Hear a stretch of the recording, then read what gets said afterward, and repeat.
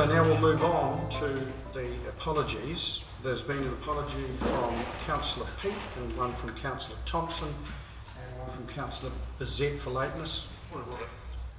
Just before those, Mr Chairman, there's some matters in the presentations of the forum that I'd like some more information about, in particular the presentation about the gallery and the funding that we read about, the contract that lost for the LEOGC contract that was obviously referred to, and I'm wondering if we could ask to have a full report on that matter, the background to the funding loss and the implications for us at the next committee round. Well, we could. I'll come back to that. Well, if that's coming already, that's fine. It's coming. It's coming to annual plan. Fine, thank you. Well, it's been moved and seconded. The apologies. All those in favour, please say aye. Aye. Against? Carried. Can I just picking up on Councillor Benson Pope's point? There was some developments at the end of last week, whereby we understand that, although we didn't know about it, apparently there is another decision-making point this week with regard to the LEOTC funding. So it may be that the decision that was transmitted to the gallery with regard to the loss of their funding in writing some time ago may be reversed, but we won't know till this week. So that's just Councillor Vandals. Did you rule on whether or not that was a point of order? No, I didn't, and it's been superseded now because it's been satisfied. Are you not required to rule on points of order? I've decided not to. Understandable. My ruling is that I'm not going to. Now we'll move on to the confirmation of the agenda. I'll move from the chair that the agenda be confirmed. Second to Councillor Staines. All those in favour, please say aye. No, sorry. I would like to move that we take the non-public agenda items, which are massive in this particular agenda. I'd like to move that we take 19, 20, 21 and 22 into the public part of the agenda on the basis that there is no information in those agenda items upon which we could either vote or that might be prejudicial to any one person. And I don't believe that they belong in a non-public agenda, especially considering we don't get the opportunity to vote on 19 and 20. I'll ask the Chief Executive. The context is that it's been moved and seconded that we confirm the agenda. You're welcome, and you've just spoken against that, and that's fine. And you're welcome to vote against that, because that's the motion in front of us. But the Chief Executive will speak to your point. Just that in the past we have had papers where you are debating individuals to be on particular appointments to boards before, and it has been difficult for councillors to have free and frank discussion in open forum that might be necessary, and so a decision we were requested at that point to put the papers up in closed in confidential session, and then the data is released or the information is released soon after to enable that discussion. So that's why it's been done this way. Except that in this case there is no debate because there is no options offered. There is only the one party that is going to be considered, and because there is no debate, there is no reason for it to be a non-public, surely. There's the time that it came up when this was requested, these be put up in closed sessions, there was not a debate either, there was a list. It's always possible for any member of the council to stand up and say they disagree with the recommendation and to put the thoughts forward as to why, which is difficult in an open session. Thank you. That's it. It's been moved and seconded that we confirm the agenda. All those in favour, please say aye. Aye. Against? Abstain with the reason given that there is no possibility of being able to vote meaningfully in these non-option grey papers. Item 3, declaration of interest, is for noting. Onto the minutes of the committees. Number 4, the Hearings Committee. Councillor Wilson. Thank you, Your Worship. I'll move, as per the order papers, at Part A, Item 1 of the minutes of the hearings committee held on the 5th of August, 18th and 25th of November 2015 be noted and confirmed, and the grey papers be taken in non-public. Seconded, Councillor Lord. Discussion? All those in favour, please say aye. Aye. Against? Carried. Item 5, Sustainability Audit Subcommittee. Councillor McTavish, would you like to? I'm happy to move, as per the order paper, that the minutes of the 15th of October meeting be noted and confirmed, including the non-public part. Seconded, Councillor Wilson. Discussion? I'll put it, all those in favour, please say aye. Aye. Against? Carried. Item 6, Audit and Risk Subcommittee. Who wants to? Thank you, Worship. I move that the public part of the minutes of the Audit and Risk Subcommittee meeting held on the 19th of October 2015, including items 10 and 16 of the non-public part of the minutes, be noted and confirmed, and that Part C items 11 to 15 of the Audit and Risk Subcommittee meeting held on the 19th of October be taken in the non-public part of the meeting. Seconded, Councillor Calvert. Discussion? Put it, all those in favour, please say aye. Aye. Against? Carried. On to the minutes of the Community Boards. Councillor Noon. Grant Subcommittee. My apologies. Councillor McTavish. Thank you, Richard. I'm happy to move one. I'd like to speak briefly to two, if I may. So I'll move one. Part A, items 1 to 6 and 8 to 9 of the minutes of the Grant Subcommittee held on 24th November, and that they be noted and confirmed. Second, Councillor Wilson. Discussion? Put all those in favour, please say aye. Aye. Against? Carried. I'm happy to move two, and I take it Kate will second. But I thought it would be prudent to just bring this one to the attention of the meeting. It's the import of this is reasonably significant, and Rebecca might like to come and join us and just explain the history behind this. Okay, Rebecca, why don't you come up here? It is a recommendation from the Grant Subcommittee to Council, so that is why it's here, but it's a Part B matter which we effectively need to make a decision on as we discuss this item. Rebecca, welcome. Thank you.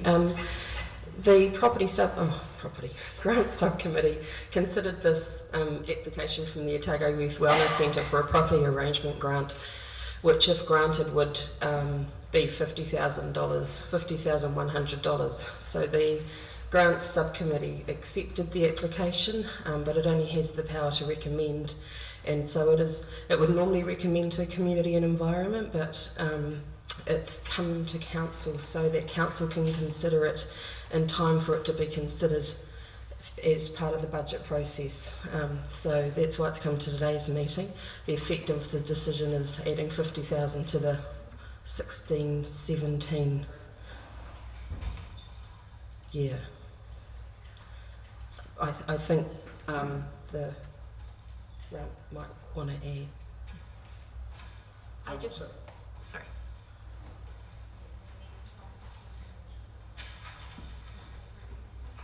All right, I'll move from the chair that we, at the request of the Chief Executive, I'll move from the chair that we have a recess of 5 minutes. Second, Councillor Staines. All those in favour, please say aye. Aye. Are we ready to go again? So, can I ask you, Councillor McTavish, to move it, and then I'll get the Chief Executive to bring us up to date as to why we've changed the rule. Yeah, sure. So I'm more than happy to move and amend it. However, Councillor Wilson has also just pointed out to me that there is another error in the minutes which will also need to be rectified at the same time.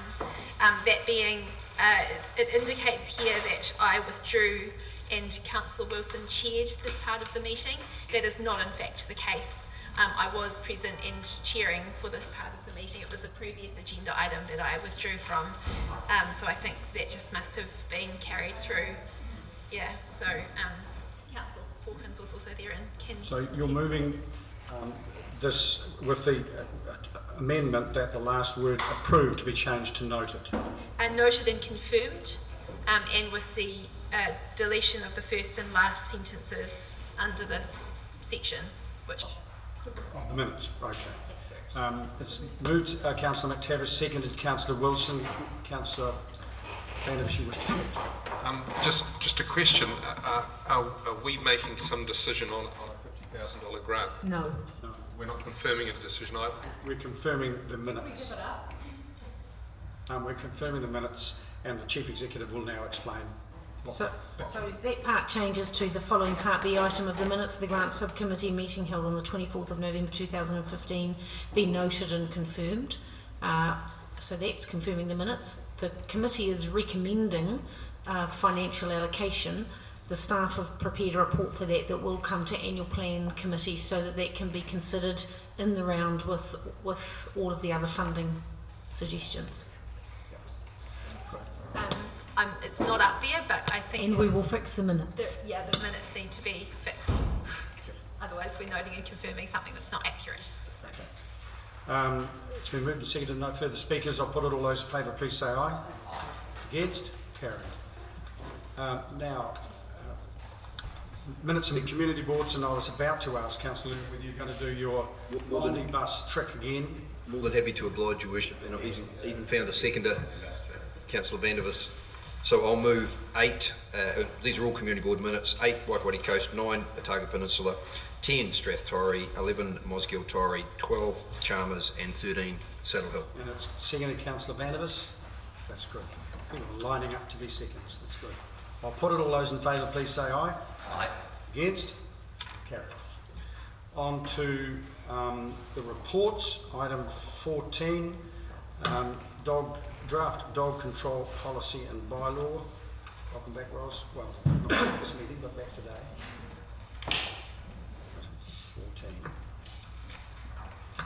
14. Would you like to kick off with them?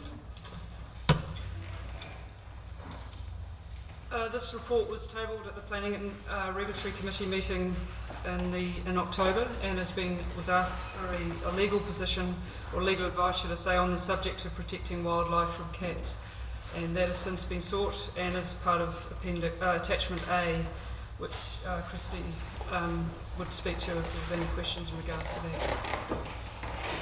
Questions, councillors? Councillor Benson Pope. In respect of the issue in regard to animals other than dogs and wildlife predation,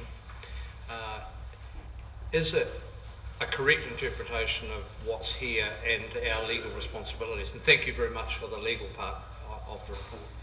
That the city and or the regional council or other bodies with a responsibility for pest management or reserve management have the capacity to introduce programs of whatever kind to protect indigenous species that might be threatened or otherwise predated.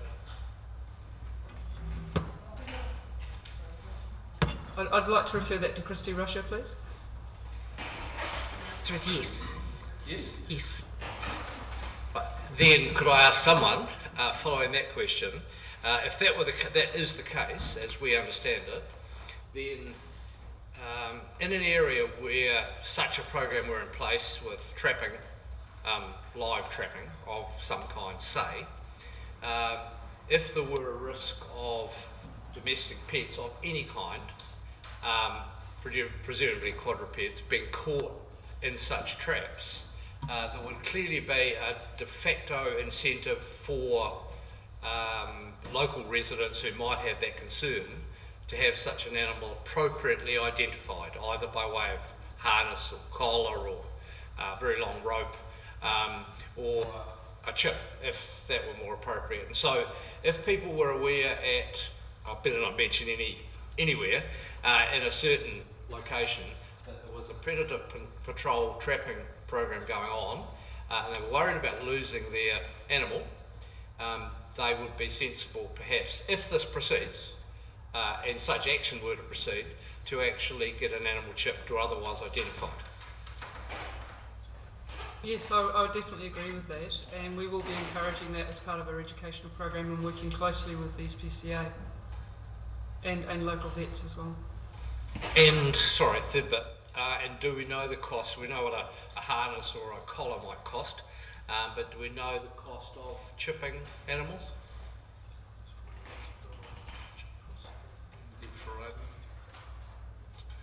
the purchase of a microchip is around about $10. It wouldn't be able to comment on how much a vet would charge for that service, though. I'm sorry. Are there, But then, of course, there's also the cost of some form of database to record the number and the owner and the. So that's the possibly the expensive bit. Just to speak to that, there is actually a microchip database for cats, but that's held in Australia. So, speaking from experience, my cat is chipped, and that number is recorded on that database and can be accessed at any time. Councillor Vanders? On 15.4 it says that dog control and keeping of animals bylaws are optional. Sorry, 14.5. What did I say? I get a bit dyslexic sometimes, pardon me. 14.5, it says that dog control and keeping of animals bylaws are optional, and the committee could propose to repeal the existing bylaws without replacing them. Why is it that government doesn't actually have a nationwide law? And is there anything particular about our jurisdiction that would require a specific bylaw that, say, wouldn't be true of anywhere else in the country?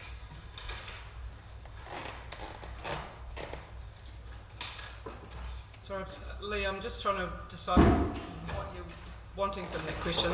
Can you clarify a little bit, please? Well, you say in the papers that it's optional for us to do this. My first question is, why do you think it is that government hasn't got a nationwide bylaw? And part of that question really is there anything specific about the Dunedin area that makes us need this bylaw, perhaps because we're bigger or something? And why should what bylaw we have be any different from any other? I notice we've taken quite a bit from Queenstown here. Okay. So we must have a dog control policy, and for that policy to be enforced, you must have a bylaw. And central government have seen that every local authority has different needs. And for example, we have our sea lions on the coast, so you have different rules within, or different conditions within each bylaw across the country. Councillor Wilson? Thank you for the information on the cats and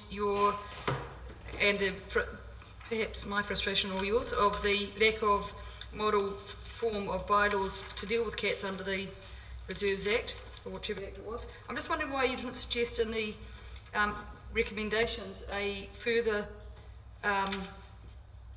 action, perhaps being that the council agrees to request the Minister of Conservation to support the creation of a model form of bylaw. You didn't seem to think that that was necessary? Christy, could you respond to that, please, from your legal opinion? So basically, that hasn't been included in the conclusion to the opinion because I'm simply reporting on what does the law provide and not provide. However, if councillors wish to propose that as a resolution, it's open to them to do so. Thank you. Councillor McTavish. Thank you, Your Worship. And I guess I just signal that I'm happy to move the draft resolutions. I guess we have to put together a hearings panel. Oh, it's been moved? Done it. Panel's been put together, but hasn't been moved. Yeah, well, that's fine. The reason why is because I've just drafted a couple of additional resolutions which I'm running past Ms Stokes to see whether or not she's comfortable with them before putting them forward. But I would like to add those to the resolutions if possible. These are recommendations? Yes. Yeah. Okay, well, Councillor Vincent Pope has indicated he wishes to move, and was happy to move. And I indicated at an earlier meeting today that I was going to suggest that the same people who were appointed to the Tattooists and Beauticians bylaw panel be the same panel. So I'd just like to find a way of putting all that together. So if you're happy to move that and you're happy to consider there's extra recommendations they can do. So when are we getting, do you wish to speak to those? Well, are there any more questions in the first instance? Could we have it up when Yeah, we will when we've decided. So we'll just give.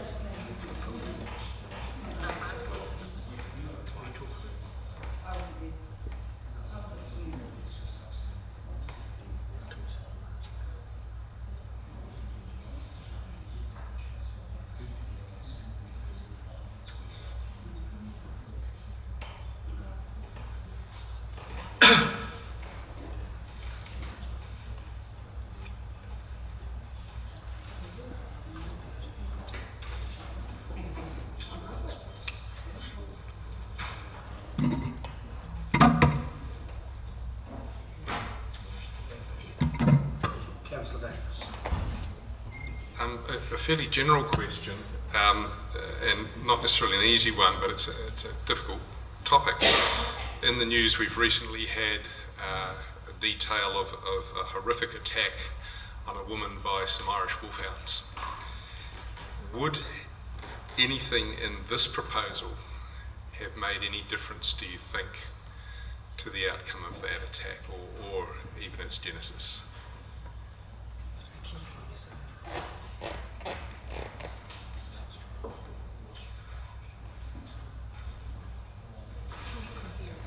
This case is going to be going before the courts, so I don't know whether it's relevant to be discussing it at this time, but I don't consider that this anything could have avoided the situation. And of any of the other dog attacks that you're aware of, and I recognise that they do happen from time to time, these dog attacks, do you think that this is actually going to have any real effect on the frequency of those?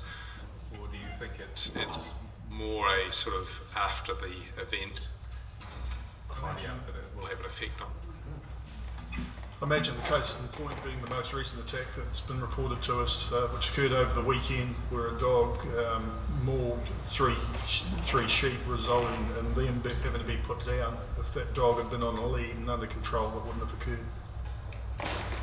Well, I grant that if the dog had been on a lead, it wouldn't have occurred. But do you think this legislation is going to make the dogs actually go on a lead? Do you think it's really going to significantly change dog owners' behaviour, is my question. It's one thing to write down the rules, but if they become so many pages and so onerous that people just ignore them anyway, then my question really is, do you think this legislation by itself is actually going to make a difference? With respect, Lee, this is an enforcement tool for us. There are going to be situations that we can't predict, where situations where dogs behave where we're not anticipating they will, but this gives us an enforcement tool to respond to those issues, and also as a reminder, and we hopefully get to some of these issues sooner and use the tools such as a menacing dog classification, dangerous dog, to avoid these situations occurring. If we didn't have those tools, we wouldn't be able to put those conditions around the dog ownership of certain dogs. Given that you've already had those tools for quite some time, do you feel that you really need the extra that's in this proposal to make it more effective? Could you allude to which extra tools you're talking about, please? Well, the more limited areas in which dogs can be exercised off a lead. Well, there's masses of paperwork here that essentially, I think, tightens up what we had before. Okay, so there's two areas that we're looking at that I'm thinking that you're referring to. One would be the sports grounds, and that is a health issue with regards to dogs fouling and their owners not picking up the dog poo. So it's not necessarily avoiding dog attacks. And the second one would be with regards to, I'm just trying to think what it was. It's with regards to the Brighton Beach, and where we're restricting certain areas to wildlife. And again, I actually think that that will reduce some of the issues that we have with dogs and wildlife. Okay, I accept your last point. Regarding the sports fields, however, we already have a legal requirement for owners to pick up anything that dogs drop. Is this banning them from sports field a tacit recognition that owners just won't do that? We're not actually banning dog owners from sports fields. They're still permitted to walk on sports fields, but they must have a dog on the lead. So they're actually aware of what their dogs are doing at all times, rather than you do find that some dog owners will walk with their friend and chat, and the dog's off doing its business. They're completely unaware of it. And then the next morning we've got a whole lot of people playing sports on those fields that run through that. Thank you. Are there any further questions? Councillor Calvin.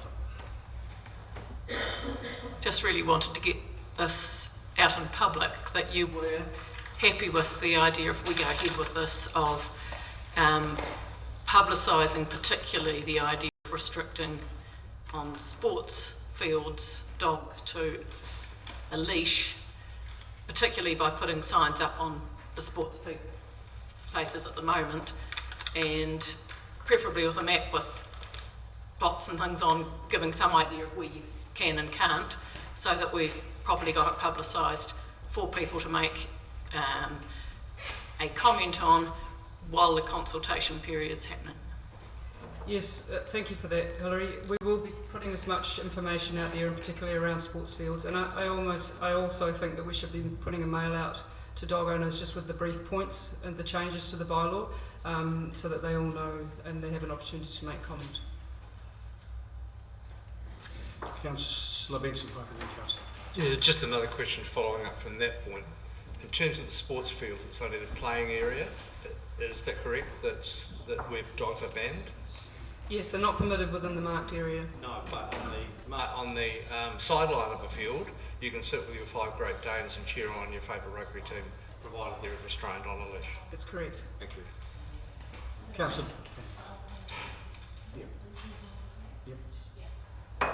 Okay, Councillor Fennell, sorry. Previously, my understanding was that there was a phrase used where a dog had to be under the control of its owner, and that this control could be verbal, not necessarily having to be on a leash. Is that now not the case? Are we talking about the leash having to be there and verbal control of a dog no longer being considered appropriate? No, that's not the case. You still, I think I handed out pamphlets to the councillors earlier today showing places where dogs can be off leash. That's correct. And it clearly shows that you can take your dogs to quite a variety of areas in the city off leash, but they must carry a leash at all times, and that dog must be under control to be called back. And would it be possible, given that a lot of people tend to be fairly visual and not look at lists this way, would it be possible to actually get a map of Dunedin included in this sort of pamphlet that would actually just visually show where you can have a dog off a leash? We do currently have it on the, and I understand that not everybody has access to the internet, but there is actually a map on the internet in the DCC website showing you where you can and can't walk your dogs, but we can look at that as well. Great, so might that appear in future publications of this? Yes, we'd certainly look at that, especially given the changes. We need to update all our information. Right, thank you. Okay. Is that all the questions? Or, oh, you've got another question, Councillor? So you've moved, please, to speak to us. I'm happy to move all three. Can I just stop here? It appears to be, you're moving. I'm moving. The recommendations here and the 2 extra ones. I'm accepting those, and I'm happy to move your composition of the panel. Well, can we settle on what these 2 are, because they keep moving, and I'm concerned that we'll be debating them while they change. So can we be assured that they are finished? And the composition. It was pointed out to me that the syntax did not work, so that's what's happening. Well, I'm glad about that, because I would have if you hadn't. Far be it from you to Syntax. criticise your syntax. Right. Mr. Chairman, I'd like to move it, but before I do so, I'll move them. I'll move the recommendation option 1, the amendments that are now syntactically enhanced, and also the composition of the panel to follow this onerous task of Councillor Peat in the chair, and I understand he's accepted being involved in that role, Councillors Wiley, Lord and Hall. And just in doing so, I think this is always difficult, but I wanted to make a comment about the effectiveness of our dog control people and their responsiveness, having had an interaction with them last year where I thought they were extremely professional and considerate of all the parties involved. And this is, I think we need to acknowledge, an extremely difficult area where we want to protect people's rights to keep animals of various kinds, often difficult species, and that presents challenges of its own.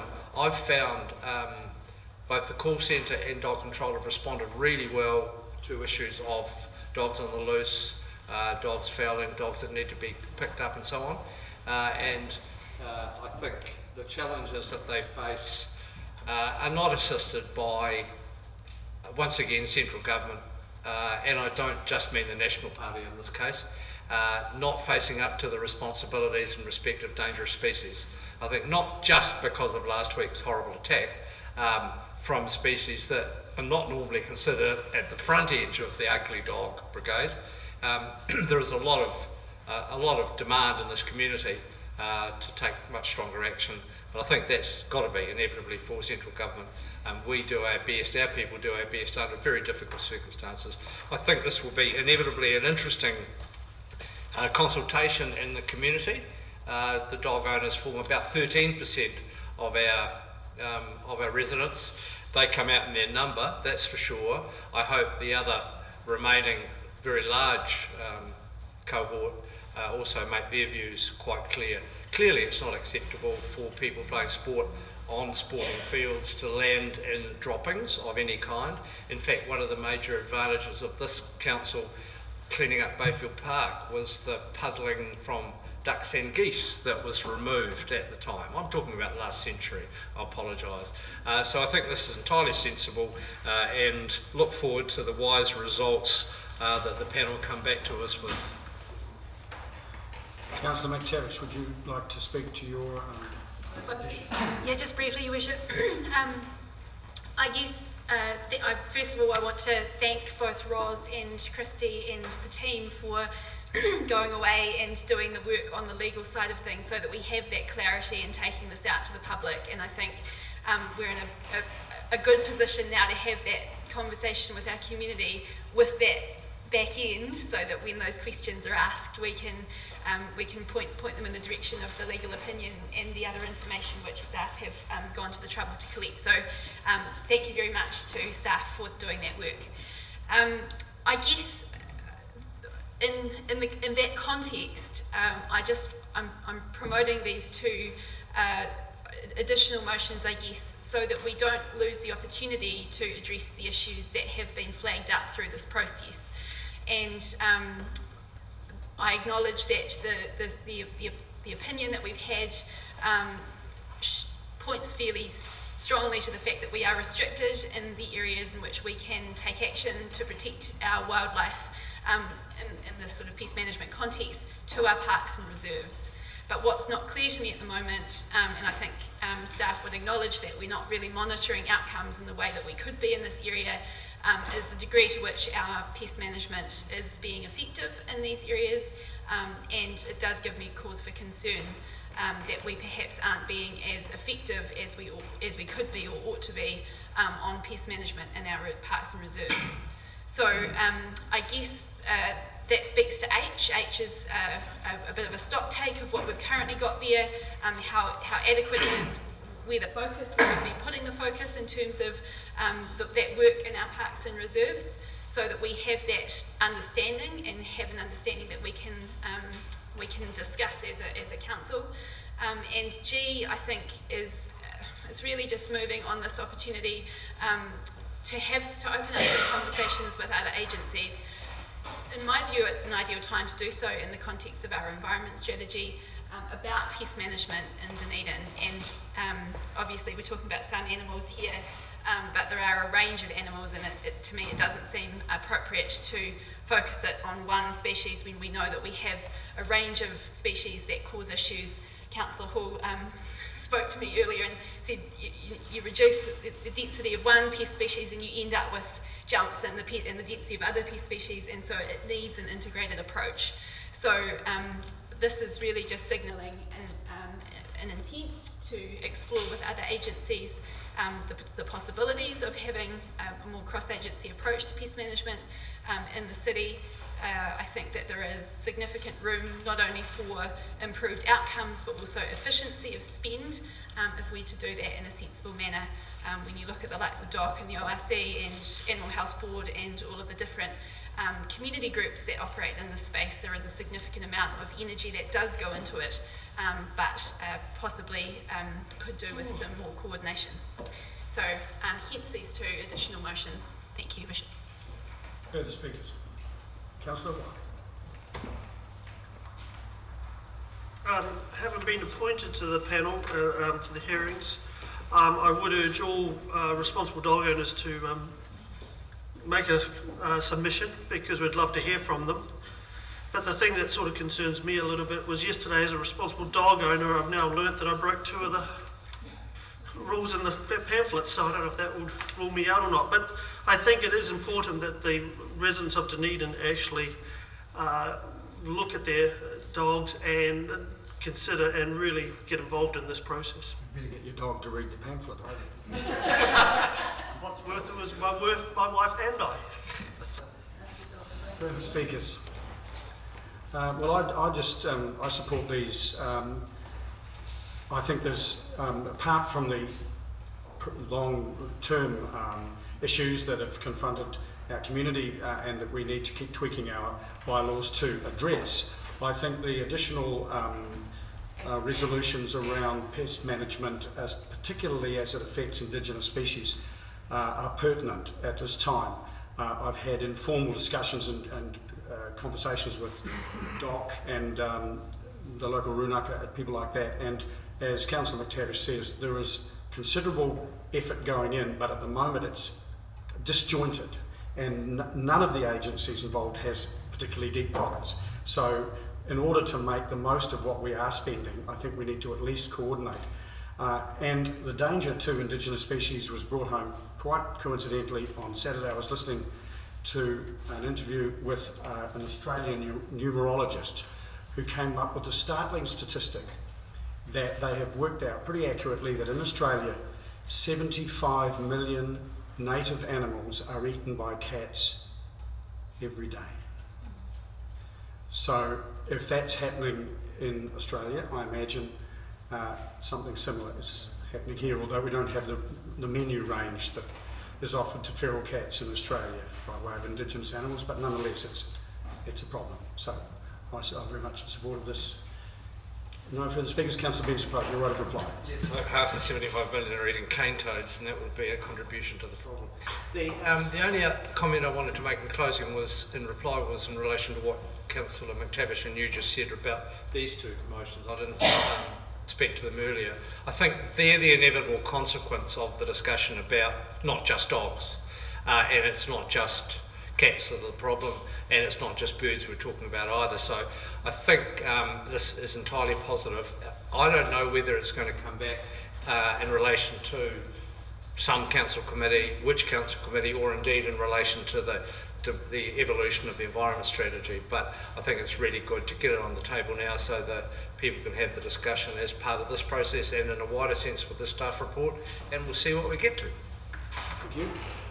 I'm going to put the recommendations, the resolutions now. All those in favour, please say aye. Aye. Against? Carried. Thank you. Thank you. But on to...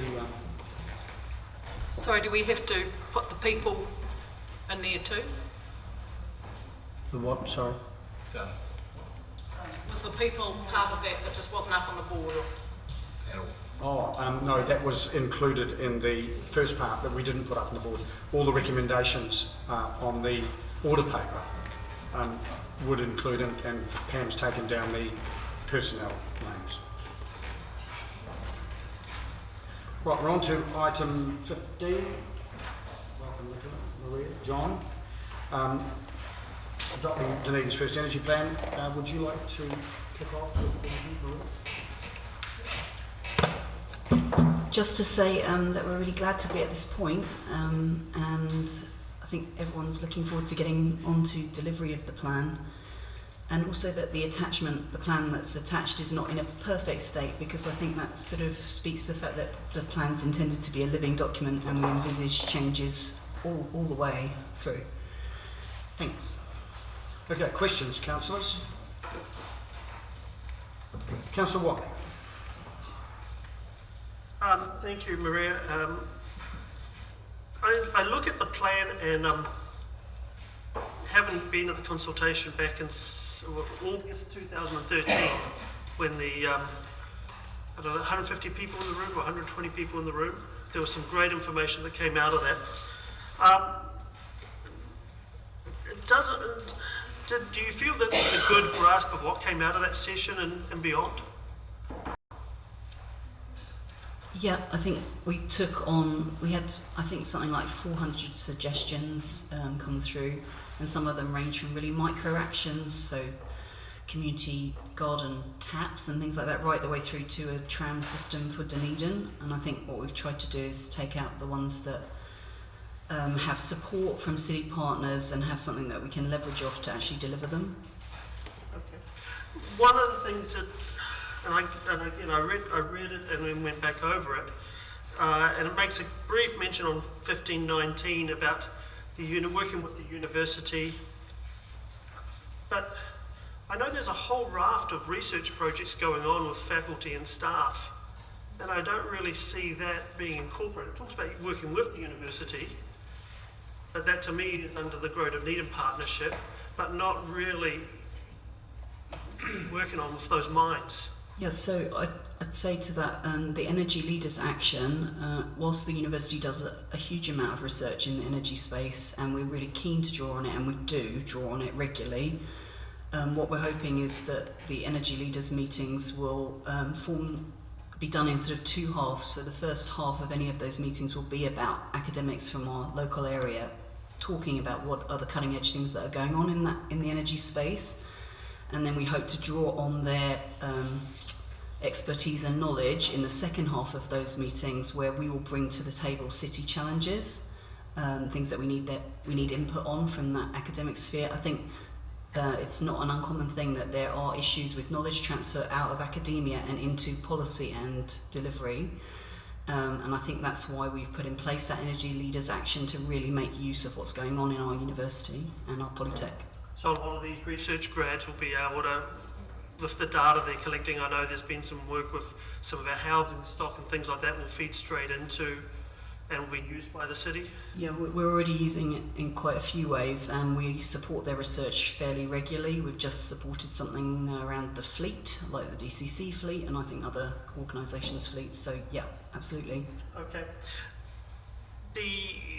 Looking at the 2GP, I don't see any mention of it in here.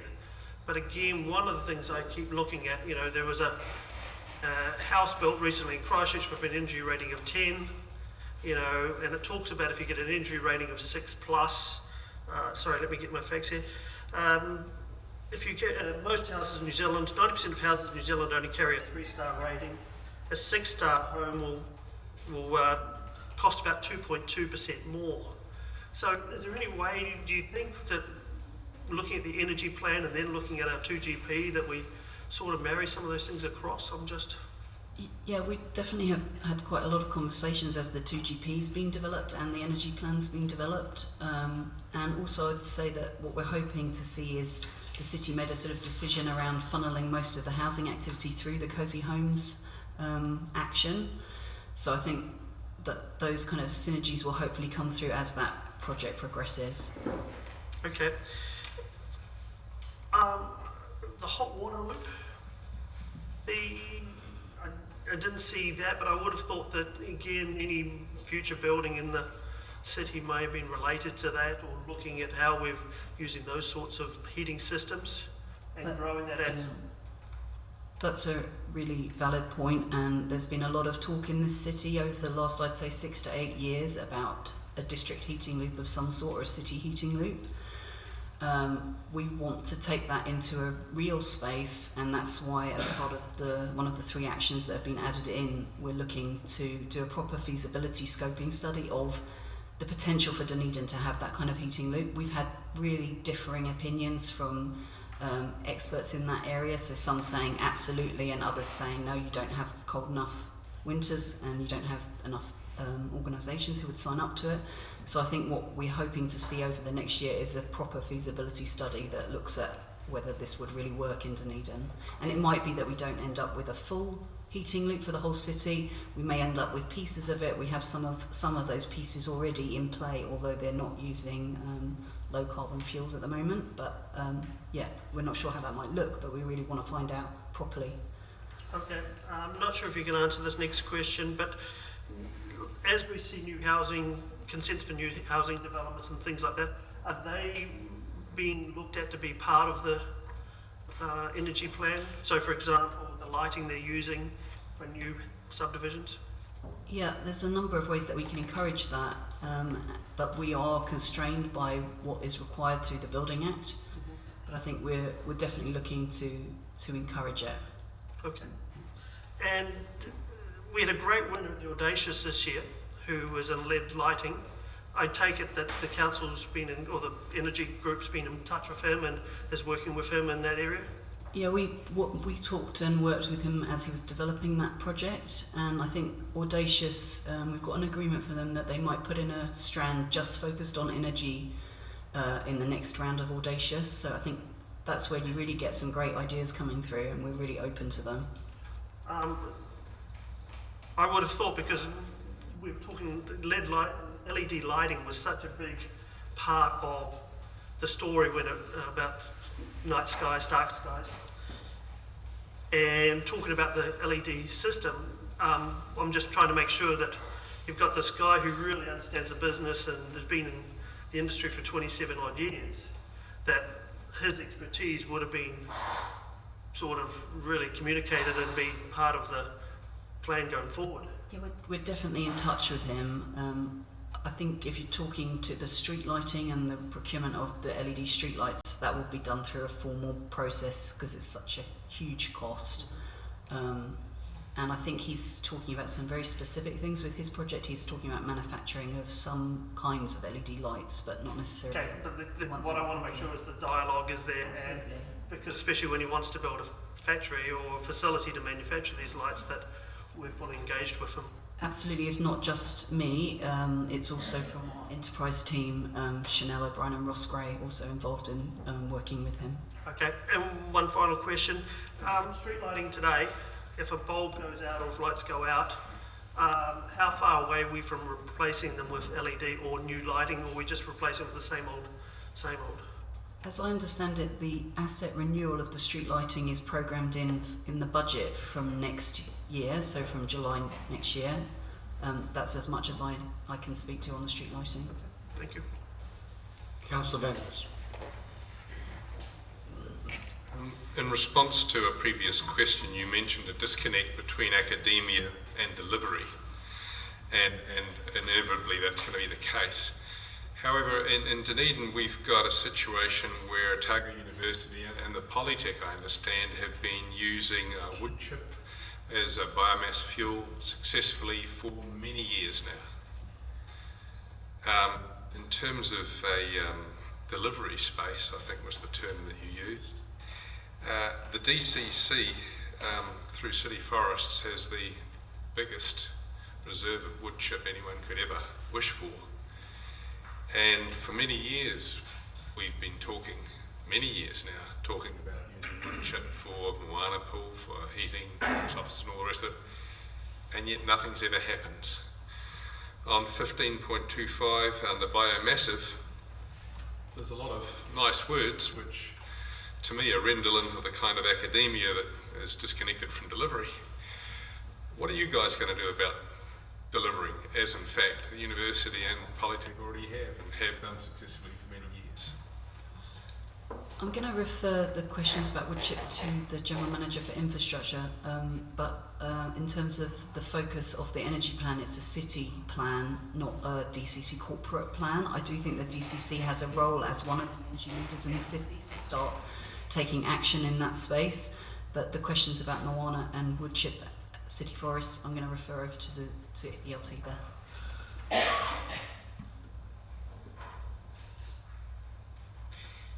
Through the Chair, in respect of Moana, there has been substantial investment made by this council in the current LPG heating for the pool space, and our current focus is actually on ensuring that that is operating effectively and efficiently, and we understand that there are significant savings that can be gained from changes in the operation at Moana. We have about a 3 to 5 year horizon with the current LPG burners that are up there, and we would be looking at alternatives to that over that period. Thank you for that regarding Moana, but regarding the greater DCC and the heating of this building and all the other places that we have, surely if we are to produce an energy policy that is to be taken seriously, we should be leading by example rather than trailing the university and the Polytech. We are the second biggest business in Dunedin. We have the biggest resource of wood chip. There are lots of fond words in here about biomass. Surely we should be leading by example. Would that not be far more effective, in fact, than all these pages of biomass of trees? I think the pressure for the DCC to act, and having worked through this city plan, will be significant. I can't say more than that though. Thank you. Further questions? Councillor Law. I was just noting in the page 15.7, the problem is when I stand up, I can't read. More opportunities for employment in the vision and more disposable income, better health and increased energy security. And then I see down further on the same page, on 3 of the goals, reduce Dunedin's climate change and environmental effects. I was quite interested to hear the other day the reduction in coal statistics from perhaps 20, 30 years ago to now. There's been a huge reduction in coal used, and I'm just wondering how you feel this plan would sit or would work along if we have people targeting natural gas off our coast. How would this plan sit with that?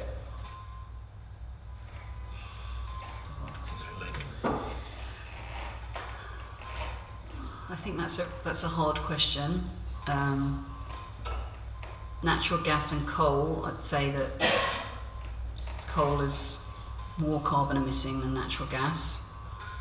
That's a political decision. Yeah. Councillor McTash. Thank you, Worship, and thank you to Maria for answering the questions that I sent through last night. I just have a couple of follow-up questions in relation to the targets in particular. In your response this morning, you said that you're quite keen to work through, I think what you called a testing period. I can't read because my thing is too small. A testing period around particularly the energy leaders and the community energy fast track before, I presume, setting targets for those. I guess what I'm trying to understand is why the ambition to set a target hasn't been catalogued in this plan. So, you know, for example, in the energy leaders section, there is a lot of talk about sharing of data, sharing of information, but it doesn't seem to culminate in any ambition to cement that. And when we're talking in our introduction about a desire to decrease the energy intensity of operations in Dunedin, it would seem an obvious place to me to start to put in place a target around energy intensity, particularly in the energy leaders area.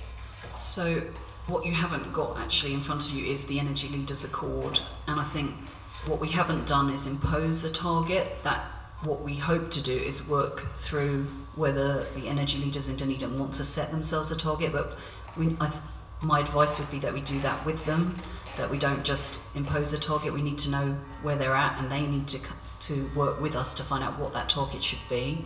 So there is it's included in the accord itself to say that we will look at a target, probably an energy intensity target, but my advice is that we do that in a collaborative way rather than in a top-down imposed way. So in terms of, that's helpful, thank you. In terms of capturing that in this plan so that people are aware that that is part of the intention of the accord, is it possible to reflect that in some way in the text, either in the measuring progress area of the table, or failing that in the overarching text, so that there's a bit more of a sense of, I mean, when I look at, it says here, at a high level, the accord will include commitments from Dunedin's energy leaders too, and it talks about a range of things, but it doesn't include considering a target. Well, we do have that on page 15.9, but you're right that it's a footnote, and we can give it more, we can put it more into the main text. That's not a problem. We've got it in the measuring success section. I see. Yeah. Well, personally speaking, I would feel more comfortable if that was elevated to be expressed as an ambition rather than, yeah, we'll put more emphasis on that as an area of focus. I guess the other question that I had, which wasn't covered off by the answers that you sent through, is just around the submission that was received, or I don't know how many, in relation to the food issue. So when we first went through this process, when we first had the workshops in the Glenroy, and there were a wide range of topics that were discussed. Amongst them was food systems, and I know that several people have spoken to me about the absence of a food-related focus for this plan. And I just wondered, I mean, I think one of the things that this plan does, which is neat, is it houses the Cosy Home Action. Clearly this council is also funding some work around food resilience, and I wondered whether or not any consideration had been given to inclusion of that existing work program in this document, to give it a home, as it were, to give it that yeah, a place to report, a place to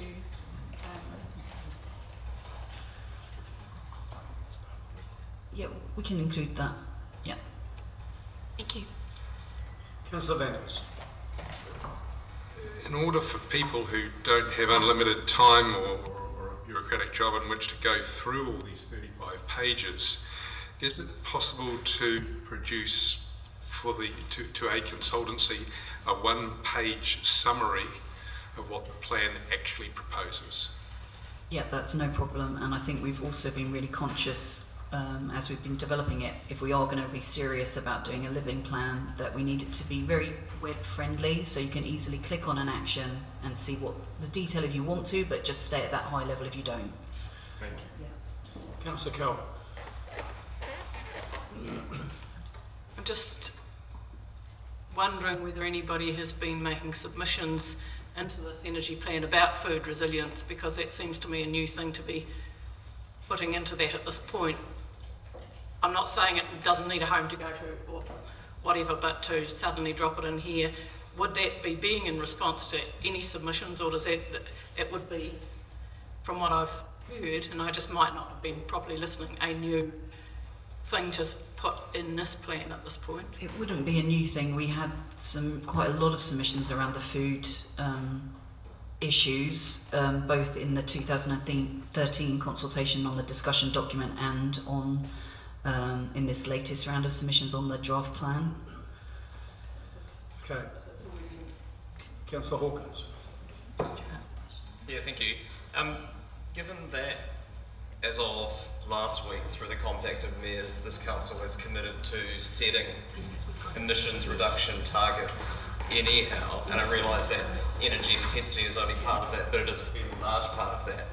I wonder, I mean, I'm just concerned that we'll be doing very similar work twice if we are working with stakeholders to come to some kind of plan around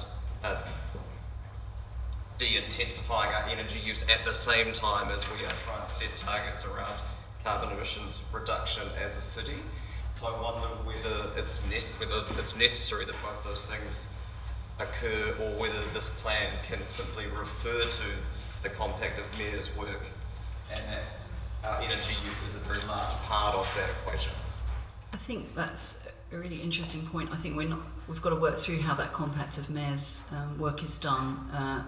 But I think for the energy leaders action, just looking at energy specifically, because I think the Compact of Mayors will address a whole range of emissions, and also bringing people with us, because we cannot impose a target on some of our city stakeholders, like, can't tell Cadbury's what their energy intensity target should be. But I think if we work through this part, it might actually help inform some of the rest of what is needed under the Compact of Mayors, because I think energy's just one component of that. But both those things sit at the moment in my team, both the environment strategy, where I feel like the Compact of Mayors will really hit, and the energy plan. So yeah, we'll try to avoid duplication. Yeah, great. I just think it would be useful to reference it in some form as part of this text. And my other question is really around the evolution of this plan and the governance of that evolution.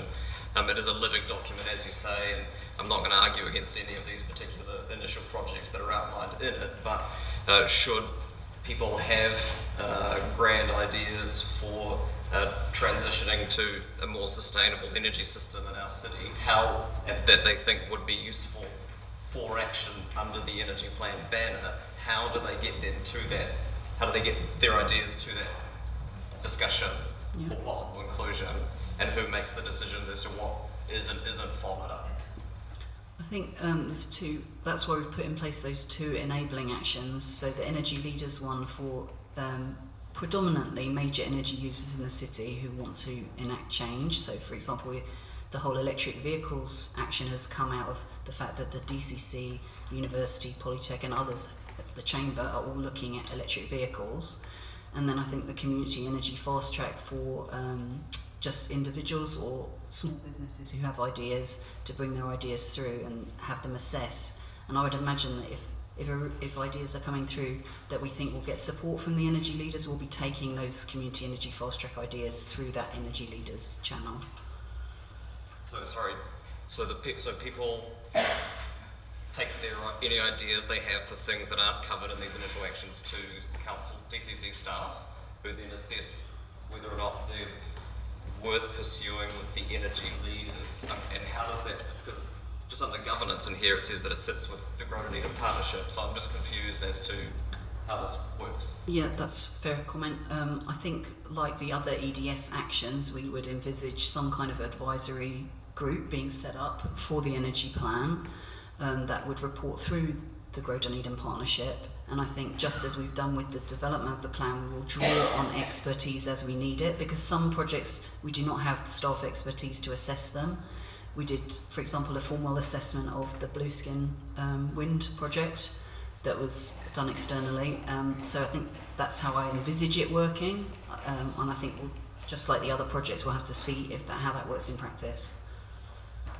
So it's envisaged that, and all the EDS projects have a lead agency. DCC is envisaged as being the lead agency for the energy plan? At this point, whether that continues forever, I don't know, but I think at this point, with the sort of knowledge that we've built up in developing the plan, it would sit with us. And given that the Greater Dunedin Partnership is also in part a funding body, are you comfortable with the expertise that sits in that group either currently, or is that a skill set being sought among the independent membership to be able to assess these kinds of applications should they make it that far? That would be a consideration for the Greater Dunedin partners to look at as they go through that governance change. Councillor Daniels. Given that the Western country that has been most successful in getting alternative energy organised is Germany, they got 42% of their electrical needs now met by renewables, mostly solar. And the main reason they've been so successful with solar is because if you generate solar power in Germany and pump it back into the grid, you get paid 110% of what it would cost to buy that power. Have you, in recognition of this, approached any of our electricity suppliers and tried to convince them of the overall long-term value of actually giving a decent price for solar generated electricity in a distributed way.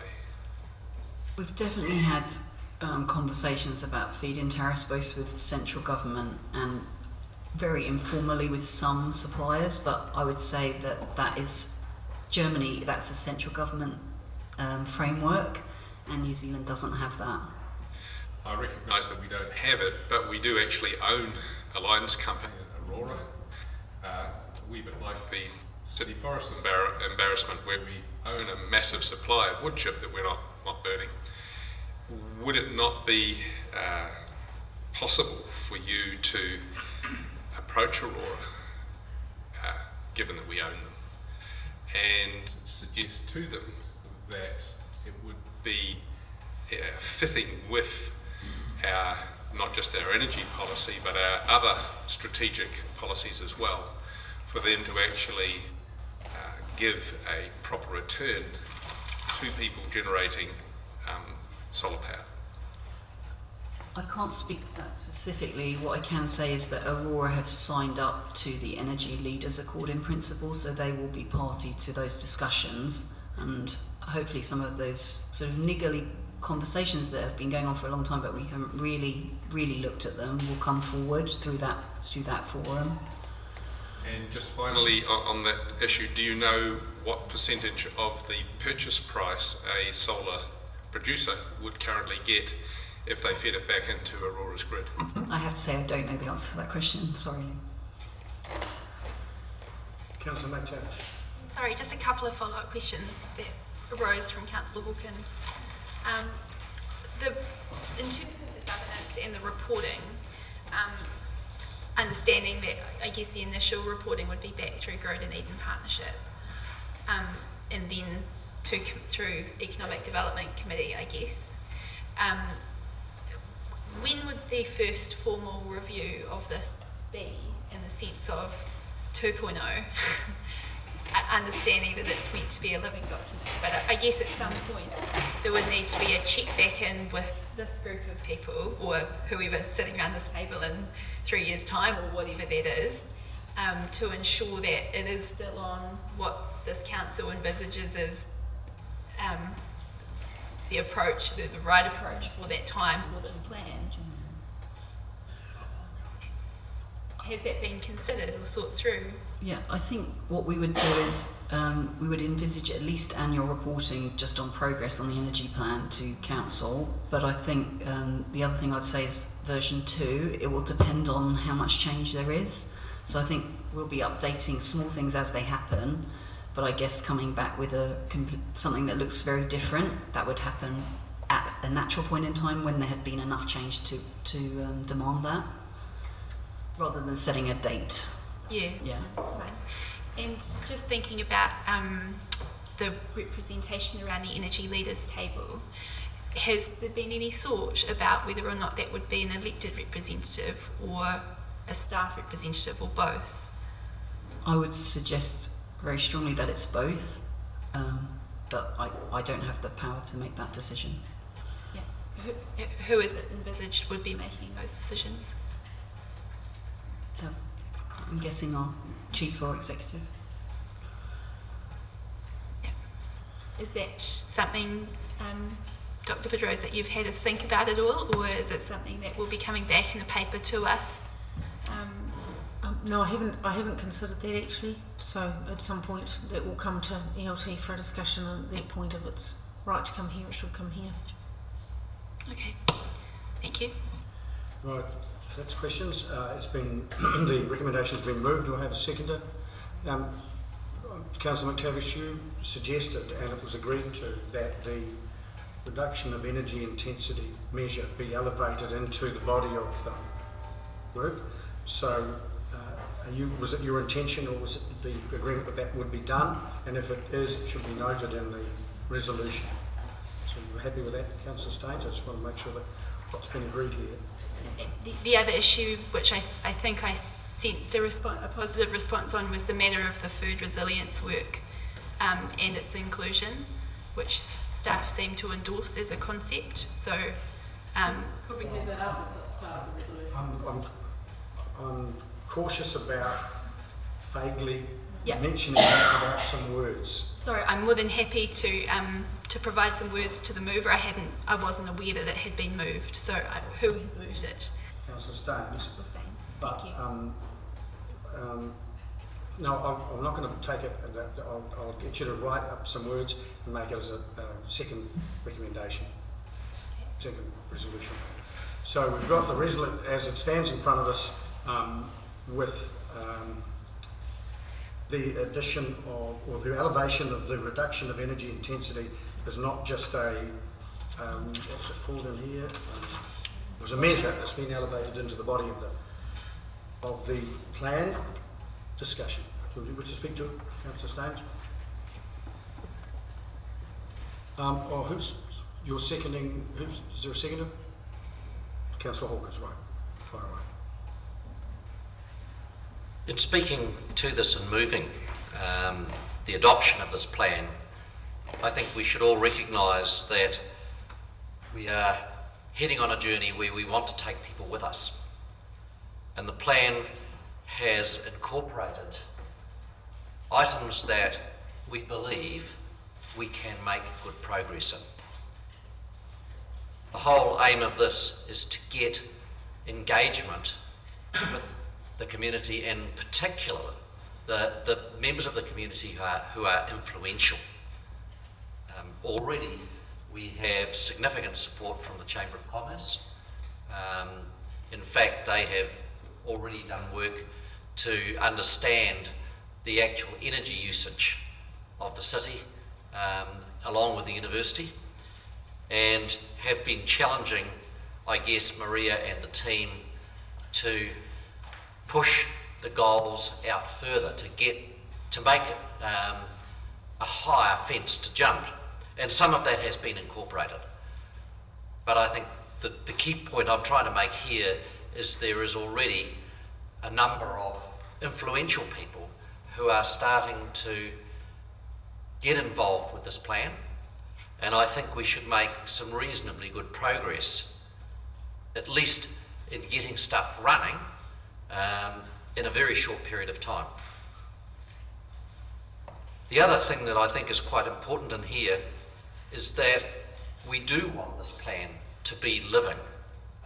We want to be able to add things to it, and the Greater Dunedin Partnership has discussed this around the table, has already approved some funding to get a coordinator underway so that we have someone here who's driving it. We know that by doing that we will get faster progress, having someone who can focus, and while that funding is only to get us through into the next year, we will be looking at adding to that through the budgeting process for Greater Dunedin. So it is seen by the representatives around that table as an area that will add to our economy and also reduce our carbon footprint. So it has a double win, if you like. Certainly there's plenty of evidence that businesses that have reasonable energy intensity can gain significant economic benefit for them and therefore for our community by looking at the options as they make changes to their processes. And already it's been mentioned here, moving towards a biomass fuel for boilers.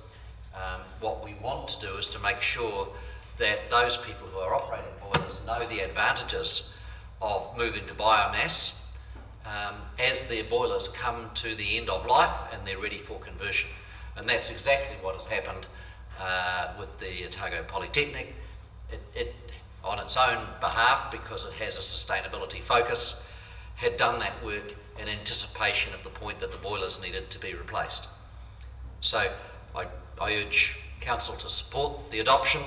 I think it's a good step in the right direction, and certainly over the coming years we will want to add to this list in the plan, and I suspect at some point in the not too far distant future even take the step of looking at an energy strategy where we take a more long-term look at where we want to be in 30 to 50 years. Councillor Vance. Our first energy plan is something that I would love to have voted for without any reservations. Unfortunately, this is not it. There is a lot of repetition of fond hopes here, and I can't be mean-spirited enough to vote against fond hopes. I think we should encourage them, ineffectual though they often are. So I can't vote against what's here, but that's basically because there's nothing really here to vote against. There's 35 pages of here of unrealised calorific value. You could feed this report to a furnace and actually get something from it. Currently, this plan doesn't lead, it barely follows. Councillor Staines has suggested that this is a plan, that this plan is a journey where we want to take people with us. I suggest that people, like at the university and the Polytech, have long gone there, and that this plan doesn't even follow leave alone lead. There is no commitment by the DCC to any real action in this plan. It is fond words which seems to imagine a sort of 50s kind of energy scenario where we're looking to move towards things like wood chip burners that have been operating successfully for decades already. And we're only talking about moving towards them. So I will vote for it, but only just. And really quite regretfully, because this here is 35 pages which could have been and should have been directing us to direct the resources of Aurora, to direct the resources of Delta, and to capitalise on the already realised academic and practical knowledge of the university and the Polytech, and actually making a real difference for energy in our area. We don't have to wait for central government to wake up to what has happened in other developed countries. We don't have to rely on the benevolence of power companies to look at the long-term future of the economy rather than their short-term profits and see dispersed solar producers of electricity as competitors and threats rather than being able to enhance and smooth out their grid system. What this energy plan should do and should have done is what Councillor Staines. It should have outlined a journey where we want to take people with us. Unfortunately, we don't even acknowledge in this plan that the people, many people in the city have already gone there, and that we should have been the people to go there first, because we are in that unique position, probably of all city councils of the country, where we own a Lions company, where we own city forests, and where we could have bought the wonderful synergies available of that ownership into getting a really comprehensive, universally saving plan for energy. As I said, there's nothing to vote against here. There's really nothing to vote for either. Is it further speakers? Councillor Wiley.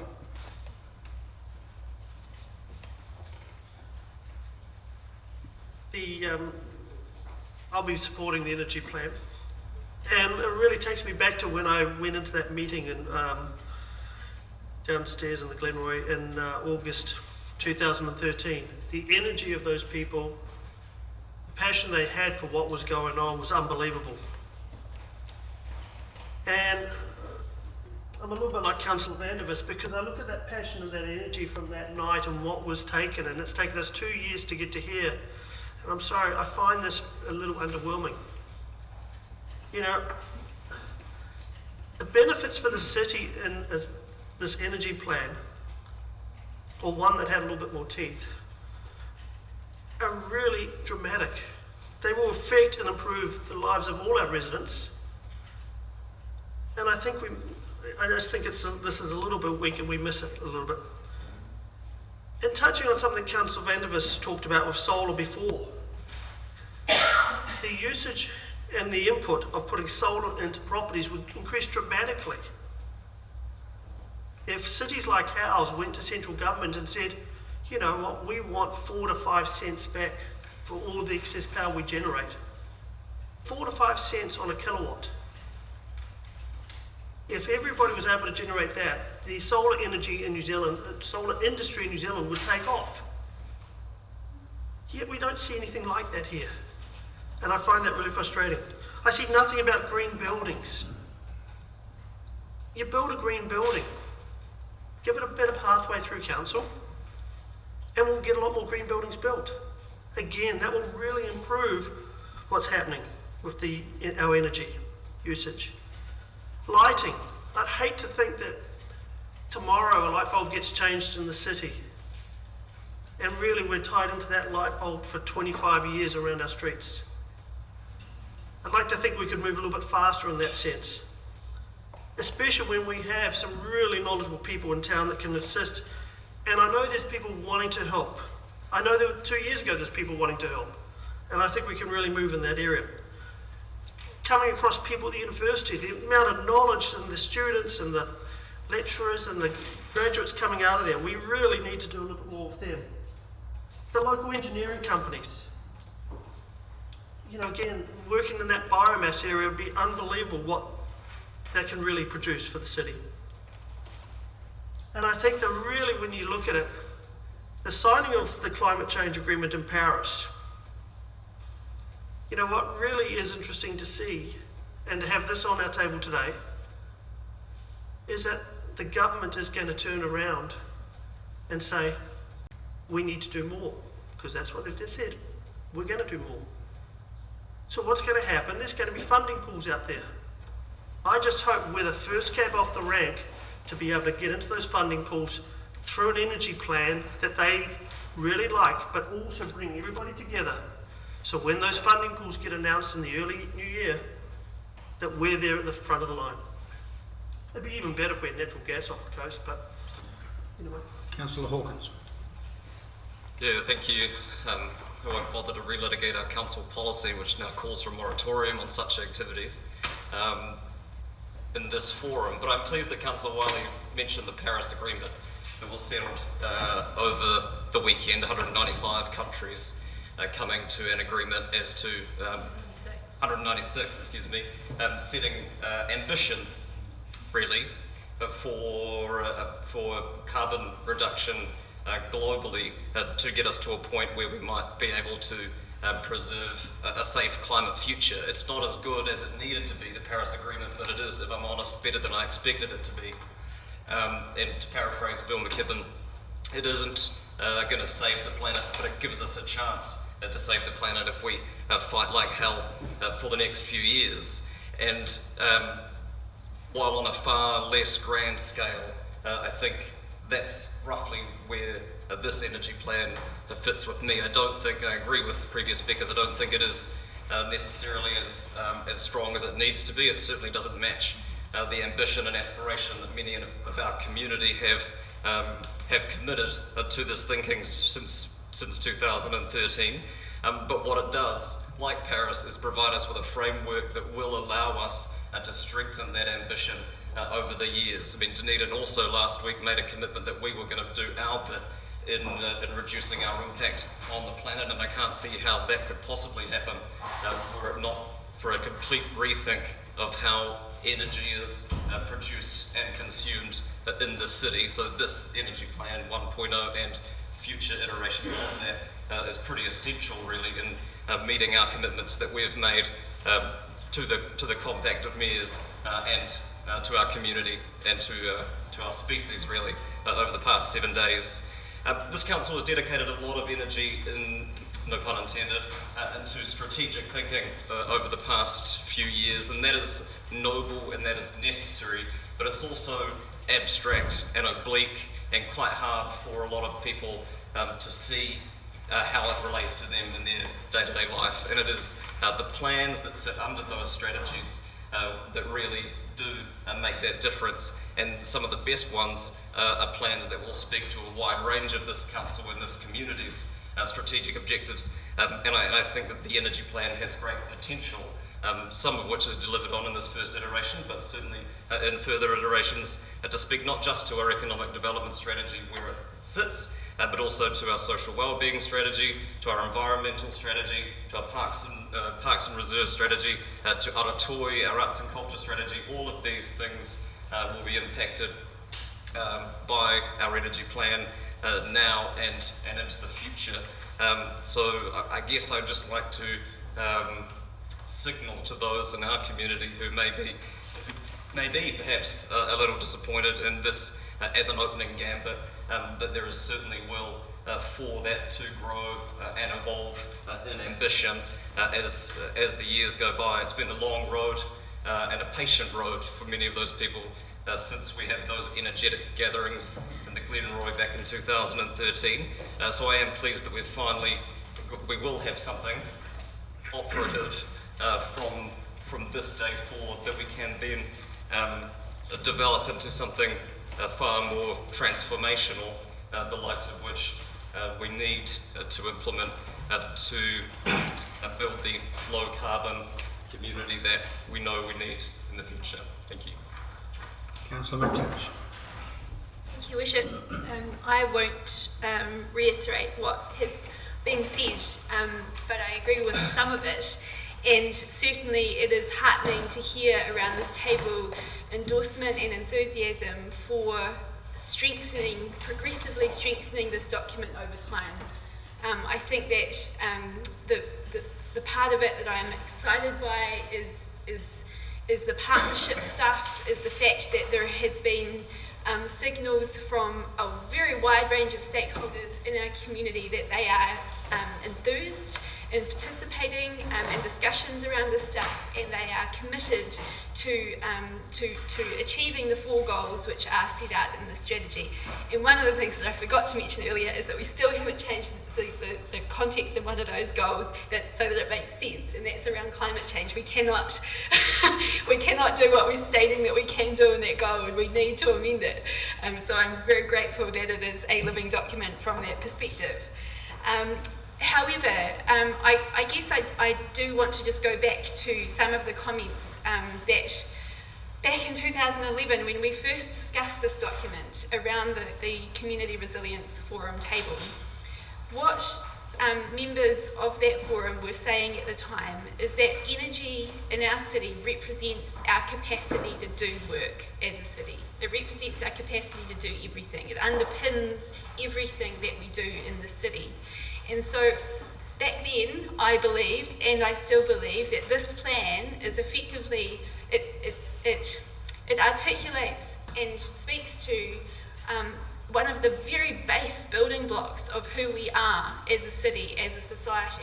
And if we're not paying attention to that, and we're not thinking about how that is going to support us into the future, then we're really missing a trick.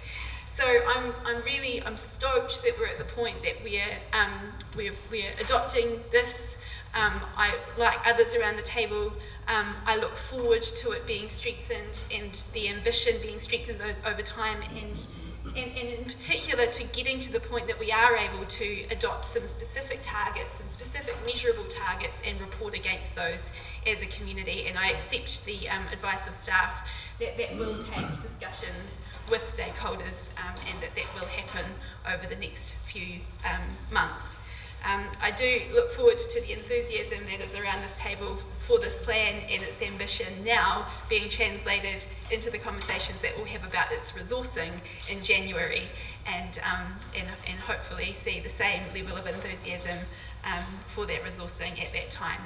So thanks to everybody involved, and I'll be supporting this motion and the next one, which I'm foreshadowing. Further speakers?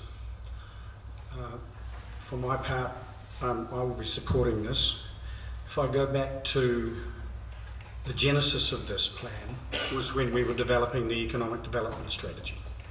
And one or two of us recognised, that was quite a few years ago now, one or two of us recognised that energy was fundamental to any economic development strategy. It's a fundamental, well, Councillor McTavish called it a building block of our community, but there's labour, there's capital and there's energy, and that's what makes things work. And we had had to put quite a lot of effort in to make sure that it was included because we felt it was so important.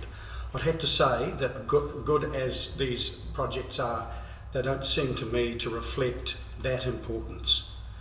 And so what I can say about this, taking into account some of the views around the table, is that I support this is a good start.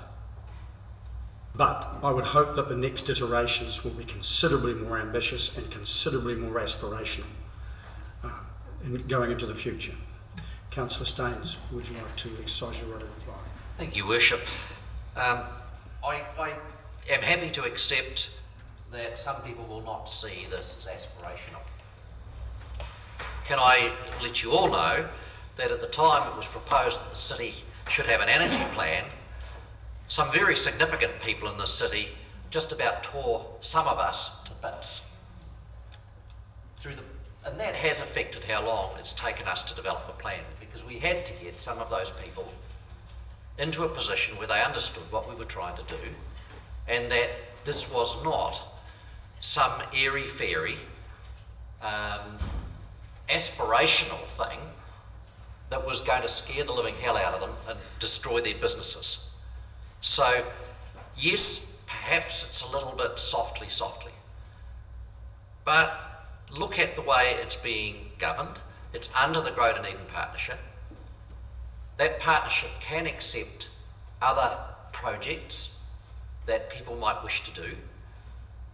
The thing we can't do, and we can't do in the city, is we can't force people to change.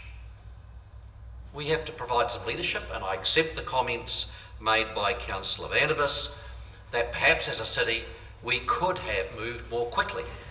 But equally, if I look around the council table today, I see a different perspective in councillors who are doing the decision making to understanding what as a city we need to do in terms of our carbon footprint and the effect that has on our environment.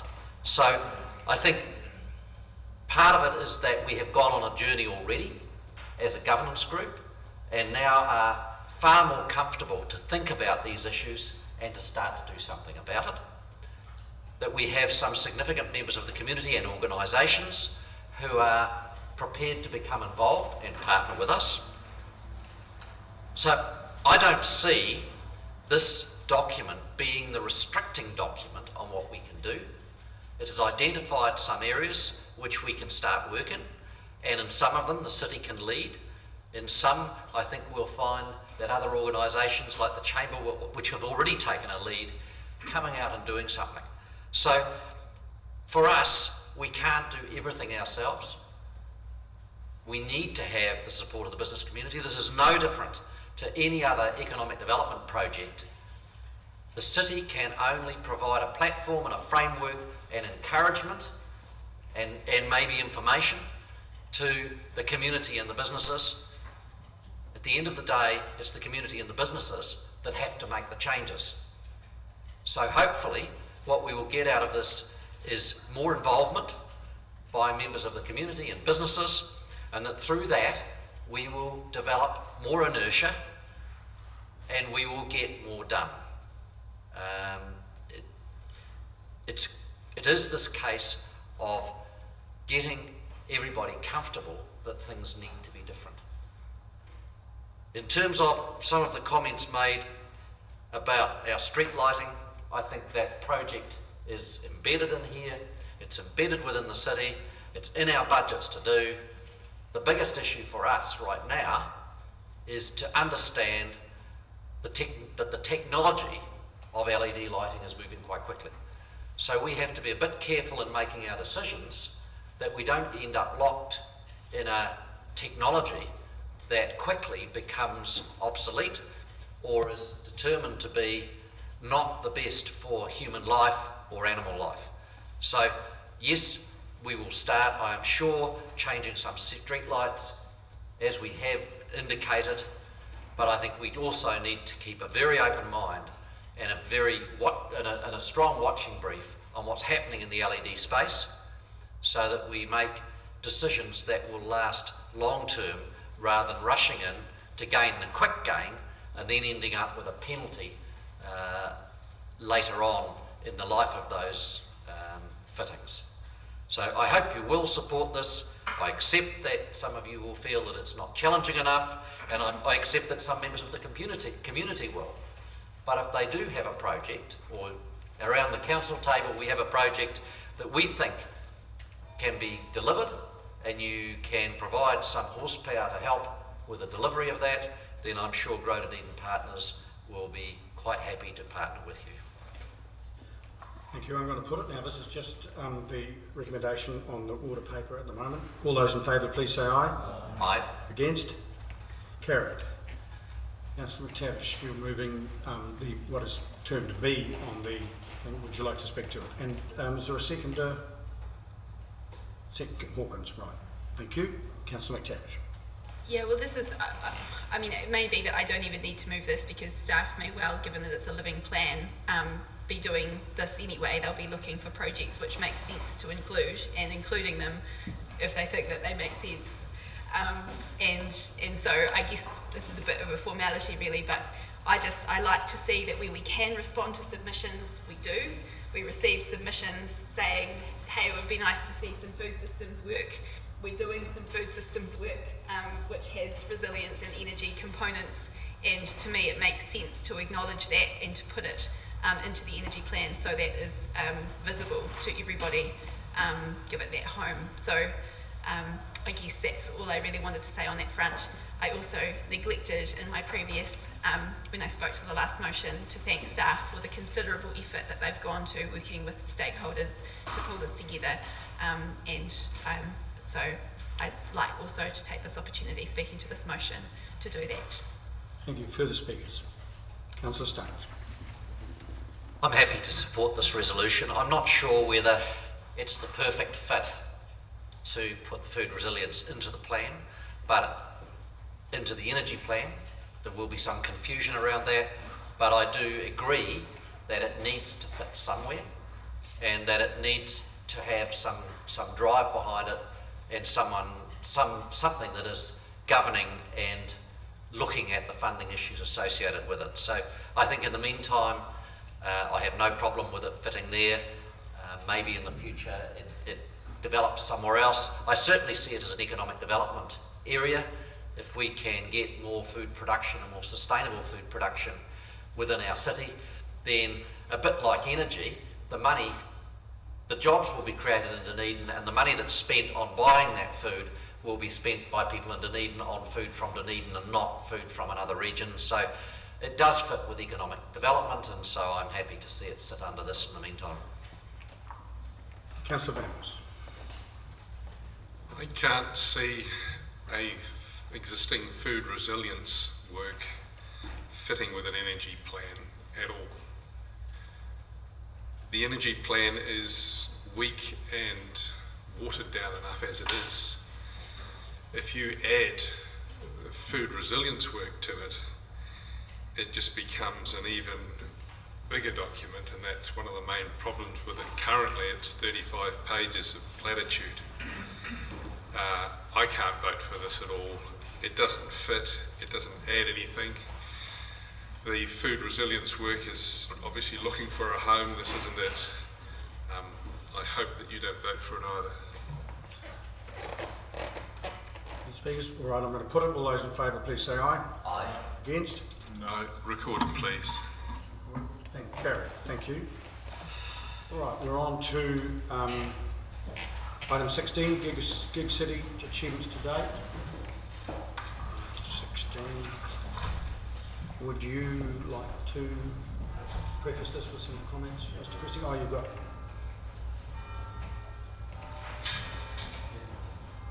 Welcome, Leslie.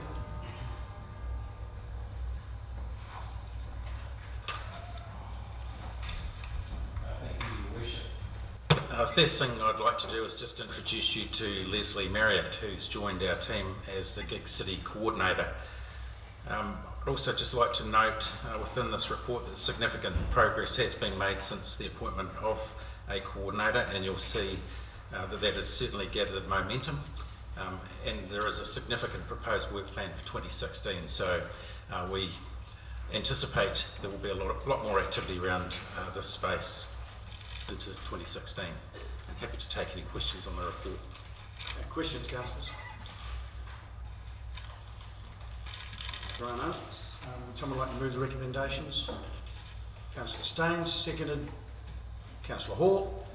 Any discussion? I'm going to put it. All those in favour, please say aye. Aye. Against? Carried. Thank you.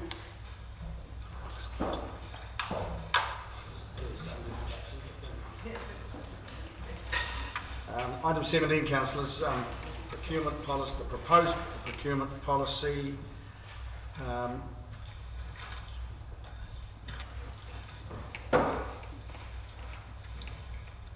Welcome, Gavin. Welcome, Grant.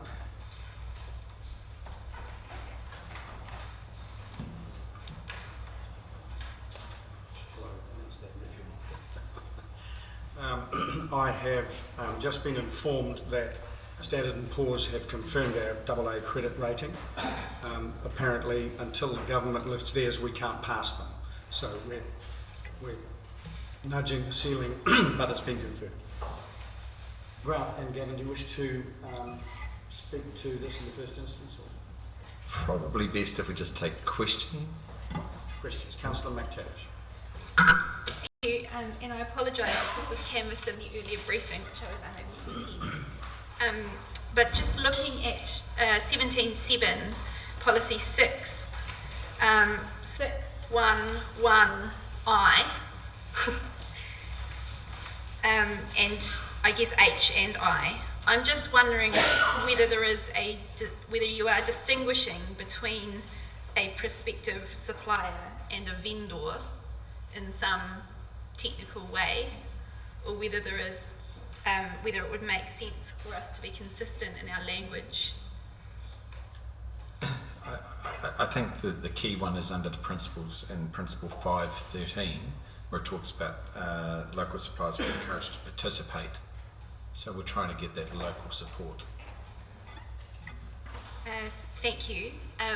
I guess my interest is more in how that policy or that overriding requirements, how the clauses there support the principle 5.4, which is around the benefit of residents and the strategic aims of the city and its ratepayers, which I anticipated were interpreted was being carried through into overriding requirements I around strategic benefit to the city and residents.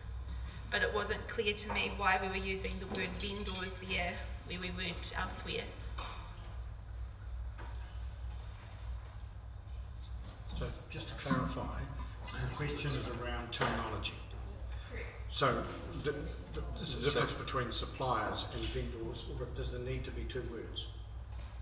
No, they're interchangeable. So we can change vendors to suppliers. Thank you. Be helpful.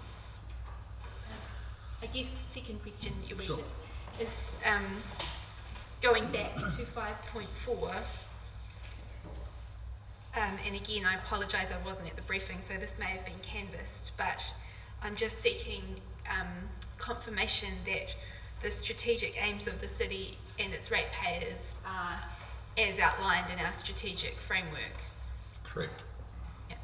Was consideration given to using the specific terminology of the strategic framework for that to make that clear, or was that decided against?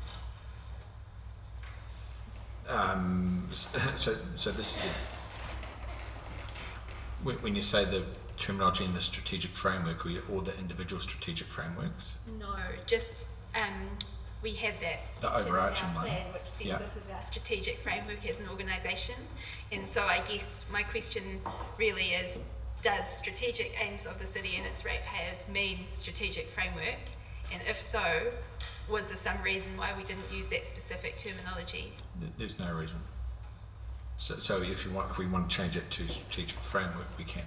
Or as expressed in the strategic framework. As expressed by the council's strategic framework. Strategic mission. Thank you. Questions? Councillor Councillor Lord, you had a question? And then Councillor Andrews. Yeah, Grant, I was just looking at 513, that local suppliers will be encouraged to participate. I'm just wondering, I'm not sure, I've read this before, I don't know which particular council it was, but some council, it may have been Hutt Valley Payer, will actually pay more for a local supplier. So if two tenders come in and one's for 100k and one's for 110k, but one's out of town, they'll take the local one at the higher rate. I think the differential they'll pay up to about 10%, but I'm just wondering, can we strengthen that up somehow? It says local suppliers will be encouraged to participate. Well, I'm sure most of them will be happy to participate, but I'd like to think that we would look towards local suppliers where possible. I'm not sort of saying obviously things like building a stadium, you might be still see far greater than a local supplier, but I wonder if there was some way we could strengthen that up, or have you got any thoughts on that? Well, these words are stronger than they have been in the past, so this is an enhancement on the previous policy, I guess.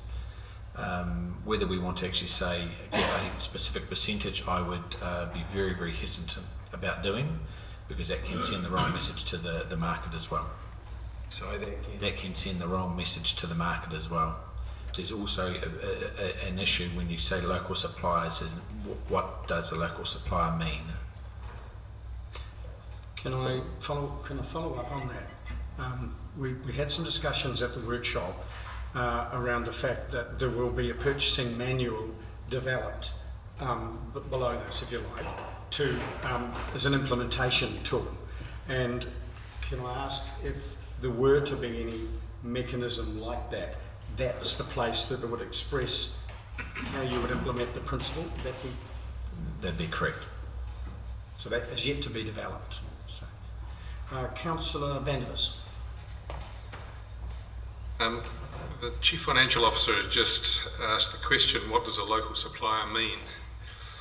I've been hearing that question largely as an excuse for doing nothing since, I think, 2006, when I first proposed that we actually recognise that when we as a council, being one of the largest businesses in the city, probably second only to the university, that when we spend a lot of ratepayers' money and we spend it with a local supplier, that money circulates in our area, and the circulation of that has great benefit for the whole city.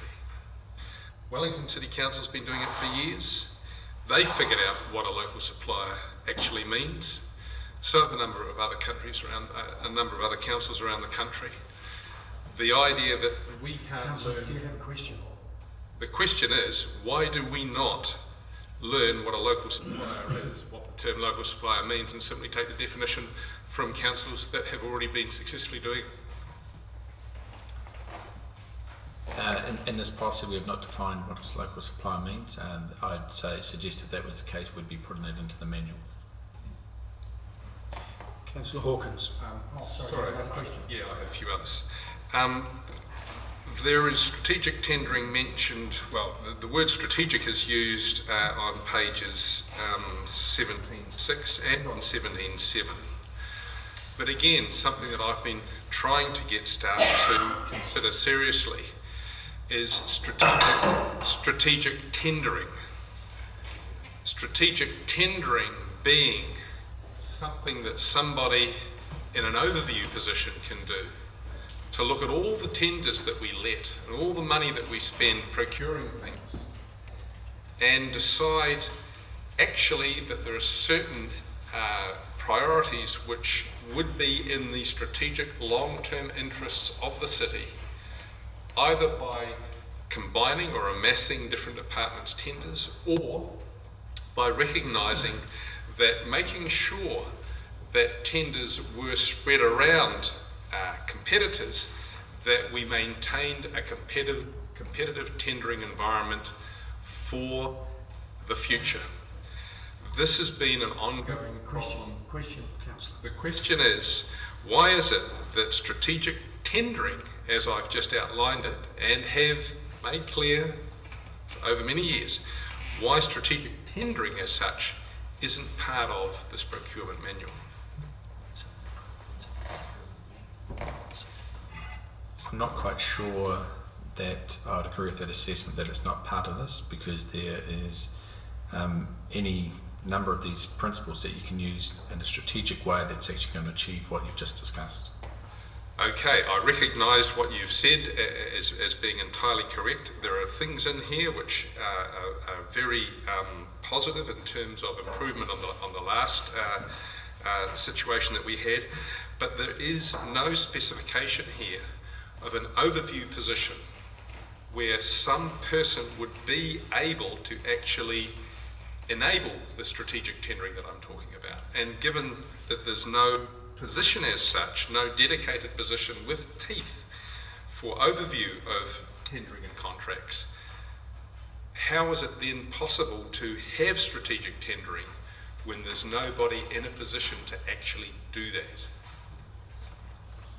So the key role that you're referring to there would be the procurement manager, which is defined as part of the definitions.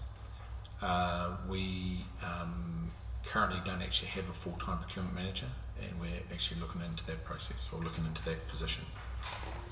I'm delighted to hear that we're looking into it. Have you got a specification or an idea of what that procurement manager's scope of ability might be? And do you have any idea of the timescale that it's going to take, given that this has been waiting for many years, to actually get a procurement manager permanent position organised? Well, unfortunately, I haven't been at council quite 2 years yet, so I haven't been able to solve all the problems that you're trying to address. It's likely to be within the next 6 months. We have not got a formal job description as of yet. And that formal job description, will councillors be able to have any input into that job description? No, it's an operational issue. Thank you for your answers. Councillor Hawkins. Yeah, thank you. As from memory, the person responsible for the phrase strategic aims, I apologise, my intention was to refer to the strategic framework, so that is consistent with that suggestion. It's been discussed previously, the idea that the policy not be overly prescriptive and that the mechanism be contained within the procurement manual or the purchasing manual, and I'm certainly supportive of that. I'm just seeking some reassurance that what that manual ends up looking like will come back to this forum, so that there is elected member input rather than it being an operational policy that is developed without input from a governance level. My understanding is that was going to go back to the Audit and Risk Subcommittee only for their reference. Which means that it is circulated around all councillors. Right, but it doesn't come back to the logic being a lot of the suggestions that have been made in the development of this policy we've been told that these better fit in the manual, but now without the manual coming back to the same group that discussed the policy, it's more challenging to have those conversations. I realise that everyone can attend the Audit and Risk Subcommittee, but it's only for noting, and most of us don't have voting rights in that subcommittee anyhow. That's a fairly limited opportunity. The Audit and Risk Committee's role is a governance committee, and its job is to oversee the probity and the effectiveness, if you like, of various council policies. So my take on it would be that it is our job to develop the policy. It is Audit and Risk's job on council's behalf to check the documents and the implementation that flow from that, but I wouldn't see it coming here for clause by clause debate. Would that be is it possible though to have input into the development of that manual before it is formalised and it goes through that process in that case? Yeah, look, we're happy to circulate it. Generally, it's an operational document that's designed to operationalise and give effect to what it is that you have said in the policy that you're intending to achieve. I'm certainly happy to have it circulated in order to get your input as to whether in fact it's doing that. That seems very sensible. Thank you. And my other question was just around deviations 6.5, which is 17.8 in the papers, which deviations from this policy require sign-off just of 2 staff members. There's no elected member oversight over that. I wonder if that has been, it's possible that that's been disregarded for valid reasons that I can't think of off the top of my head. But at the very least, is it expected that there will be some degree of reporting back on any such deviations from this policy to the Finance Committee or otherwise? So this is an operational decision, completely with its deviation. You get your monthly financial statements that report about if there's been over or under expenditure in a particular area. So that's your process or opportunity to have input into the financial affairs. But this is somewhat broader than, and given that it now speaks to our strategic or otherwise, it's broader than financial overruns or otherwise. So will the reporting that goes to the Finance Committee be broader to account for that? Or are you suggesting that? I'm not expecting so at this time. I would have expected that a paper would come to ELT, for example, that may say that although this piece of procurement is between 25 and 50,000 and therefore it's supposed to require 3 quotes. In fact, there's only 2 suppliers in the market, so only 2 quotes were able to be obtained, and this is therefore, and ELT would approve that process. Those tender documents, of course, all go up on the web, so in fact they have full public scrutiny. Including the decision, so that ELT paper would go up on the... That's what happens now, that's right. Since last February, almost 2 years ago, all tender documents, which include a description of the tender mechanism used, and in this case, specific approval for the tender mechanism used, they all go up on the web. Councillor Kelvin. It seems to me that it's not like a lot of our other policies, and that it's a sort of almost like a social contract between us and the people who are our suppliers and other people, that we will do this. So it isn't something we could ignore one day or just sort of feel aspirational about or anything. Is your understanding that this is a document that people have a right to expect us to adhere to? It's our policy, so we will be adhering to it. I mean, like, we've got a financial policy about doing things that we might not achieve, sort of, but in this case, we're committed to this. Well, if it comes to policy of council, we're committed to it. In which case, there's a question. My first question is, where does something like us making instructing staff to take on a contract with somebody who doesn't fit into these criteria fit? For example, a lawn mowing contract with somebody or another. So are you specifically referring to some decision making around social procurement? Yes. So under this policy, it would be possible, for example, to ring fence $50,000 for particular gardening types, for example, and to say this is an area where we're wanting to fulfil council's wider social objectives, so giving effect to the wider strategic direction of council, but to still follow the policy, for example, by saying this one here will be put out to tender by disability organisations, which is something that's been discussed by staff, for example. So you'll be able to do that in line with this policy and meeting the council's. Under what part of the policy? Well, if it's $25,000 to $50,000, you have to seek 3 quotes. So you could do that, for example, by going to 3 local disability providers and asking for quotes. If it were in line with council's strategic aim to assist, if it were in line with council's stated wider strategic objectives, for example.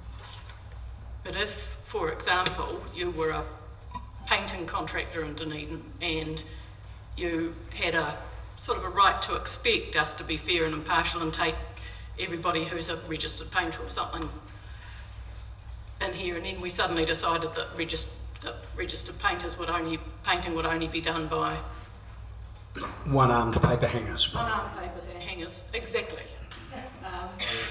Then how do the other doubly armed paper hangers feel about that? What would they do about that, saying that they ought to have a chance to this, and we will be coming back to you with regard to the ideas of social procurement, because they have been being discussed for some time. There's a single contract that's in place around that, but actually we are pretty keen to do that process in a different way. So we will be coming back to councillors to talk about that. At that point in time, I would suggest it will be either spelled out in the policy or spelled out in the procurement manual, or probably most likely both. So we'd want to change the I would policy generally expect that you would insert a clause potentially to ring fence the amount that you're willing to do. I think the councillors would want to be involved in that sort of decision making, and generally to outline roughly the amount that you'd be willing to put into this, and the kind of area you're talking about and the strategic aims that you're attempting to reach.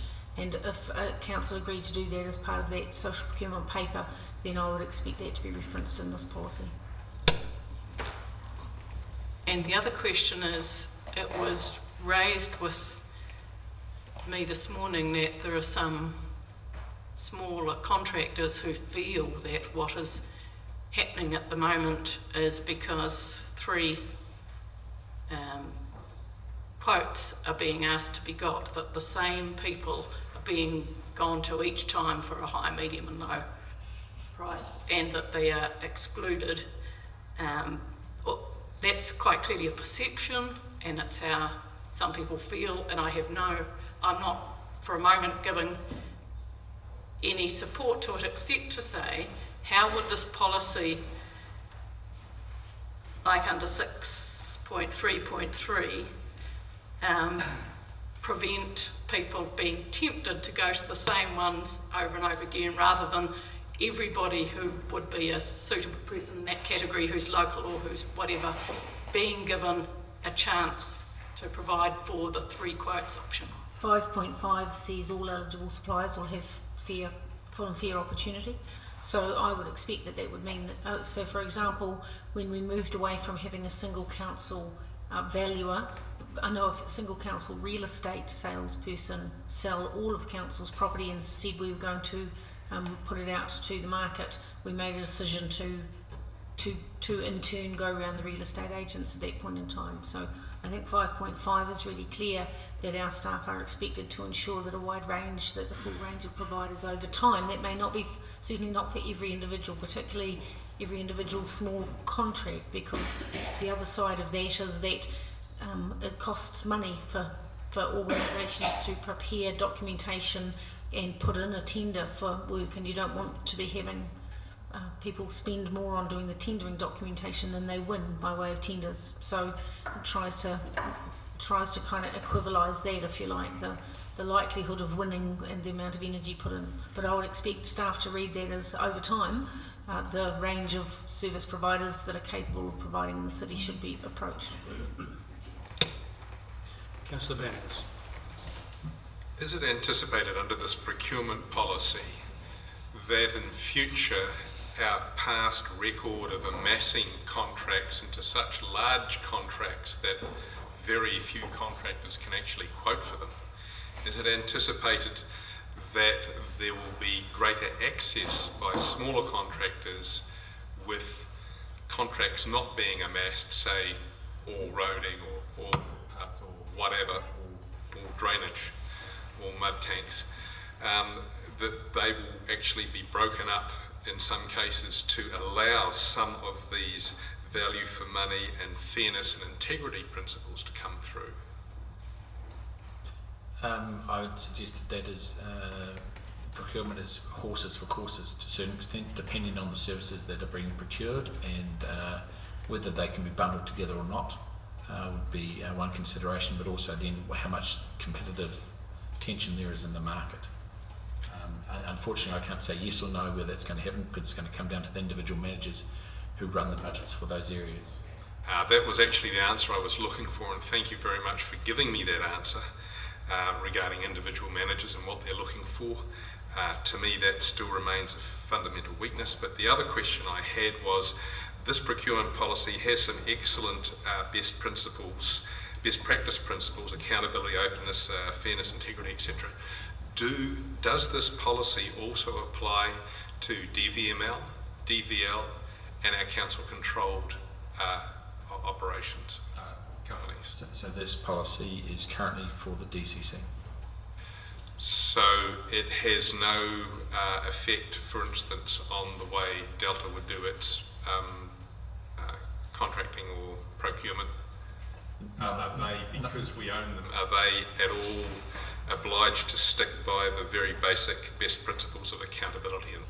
So Council's general rule is that we try and get the subsidiaries to have consistent policies with ours, and this will be the same with this particular policy, but it's up to the individual entities to adopt the policy if they wish to.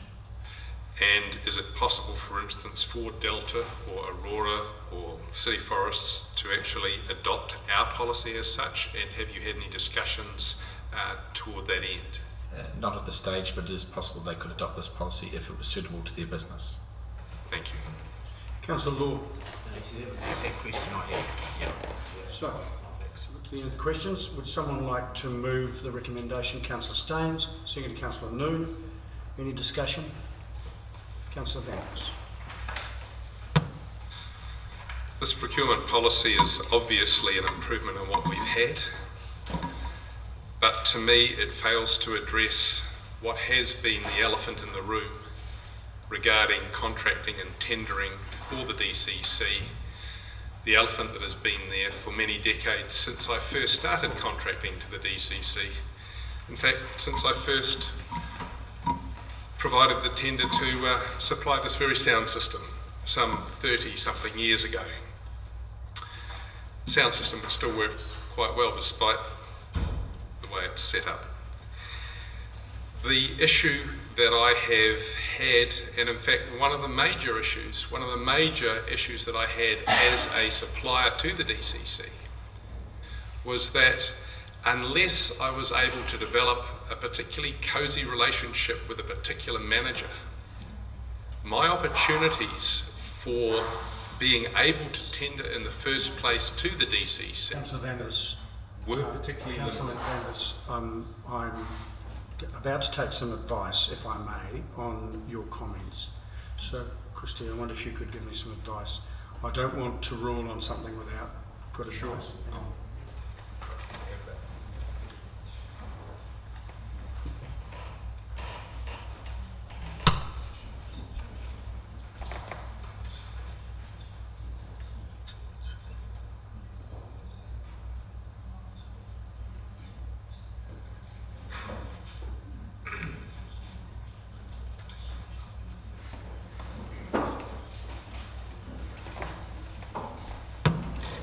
Councillor Vanders, the advice I've been given is that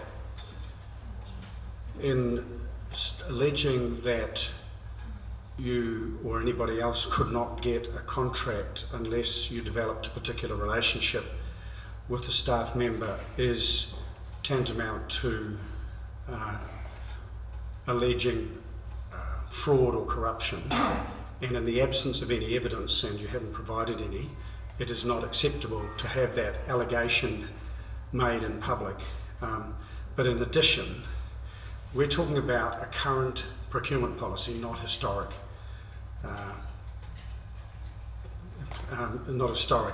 Issues. So please confine yourself to what is in here. I hope, Your Worship, is that this new current procurement policy will address historic issues that I and many other suppliers to the DCC have experienced. When you say that I haven't provided any evidence of the cosy relationship problem that I have had with DCC managers, some of them, that is not true. Councillor Vandervis. I have told you personally of a relationship with a DCC manager where I had to pay a 10% backhander to get a contract. I have told you that, and I've told you that repeatedly. You have challenged me to come up with that evidence. I have given you personal evidence. What more evidence could you want?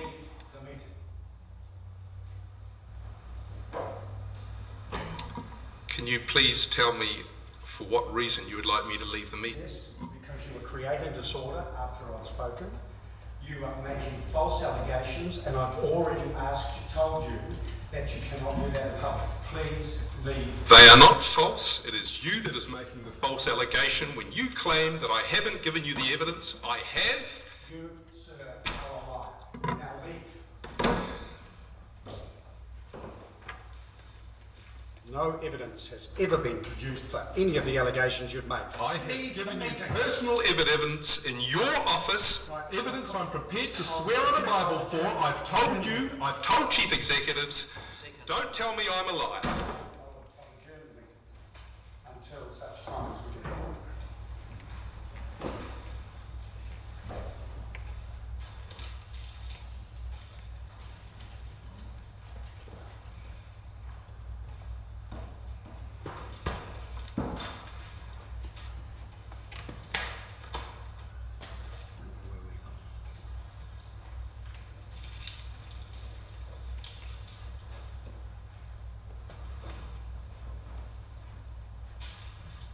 Failure to learn from my experience, Your Honour, Your Worship, is most disappointing.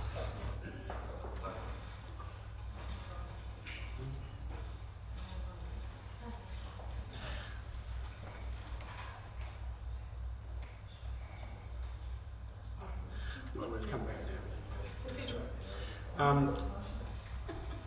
For the benefit of the community and the media, I want it understood unequivocally that on no occasion that allegations have been made about staff by the member who has left, either to me or to this chief executive or to the previous chief executive, have ever been backed up by evidence, which is why I claimed the member is a liar in accusing me of receiving any such evidence. That needs to be clear.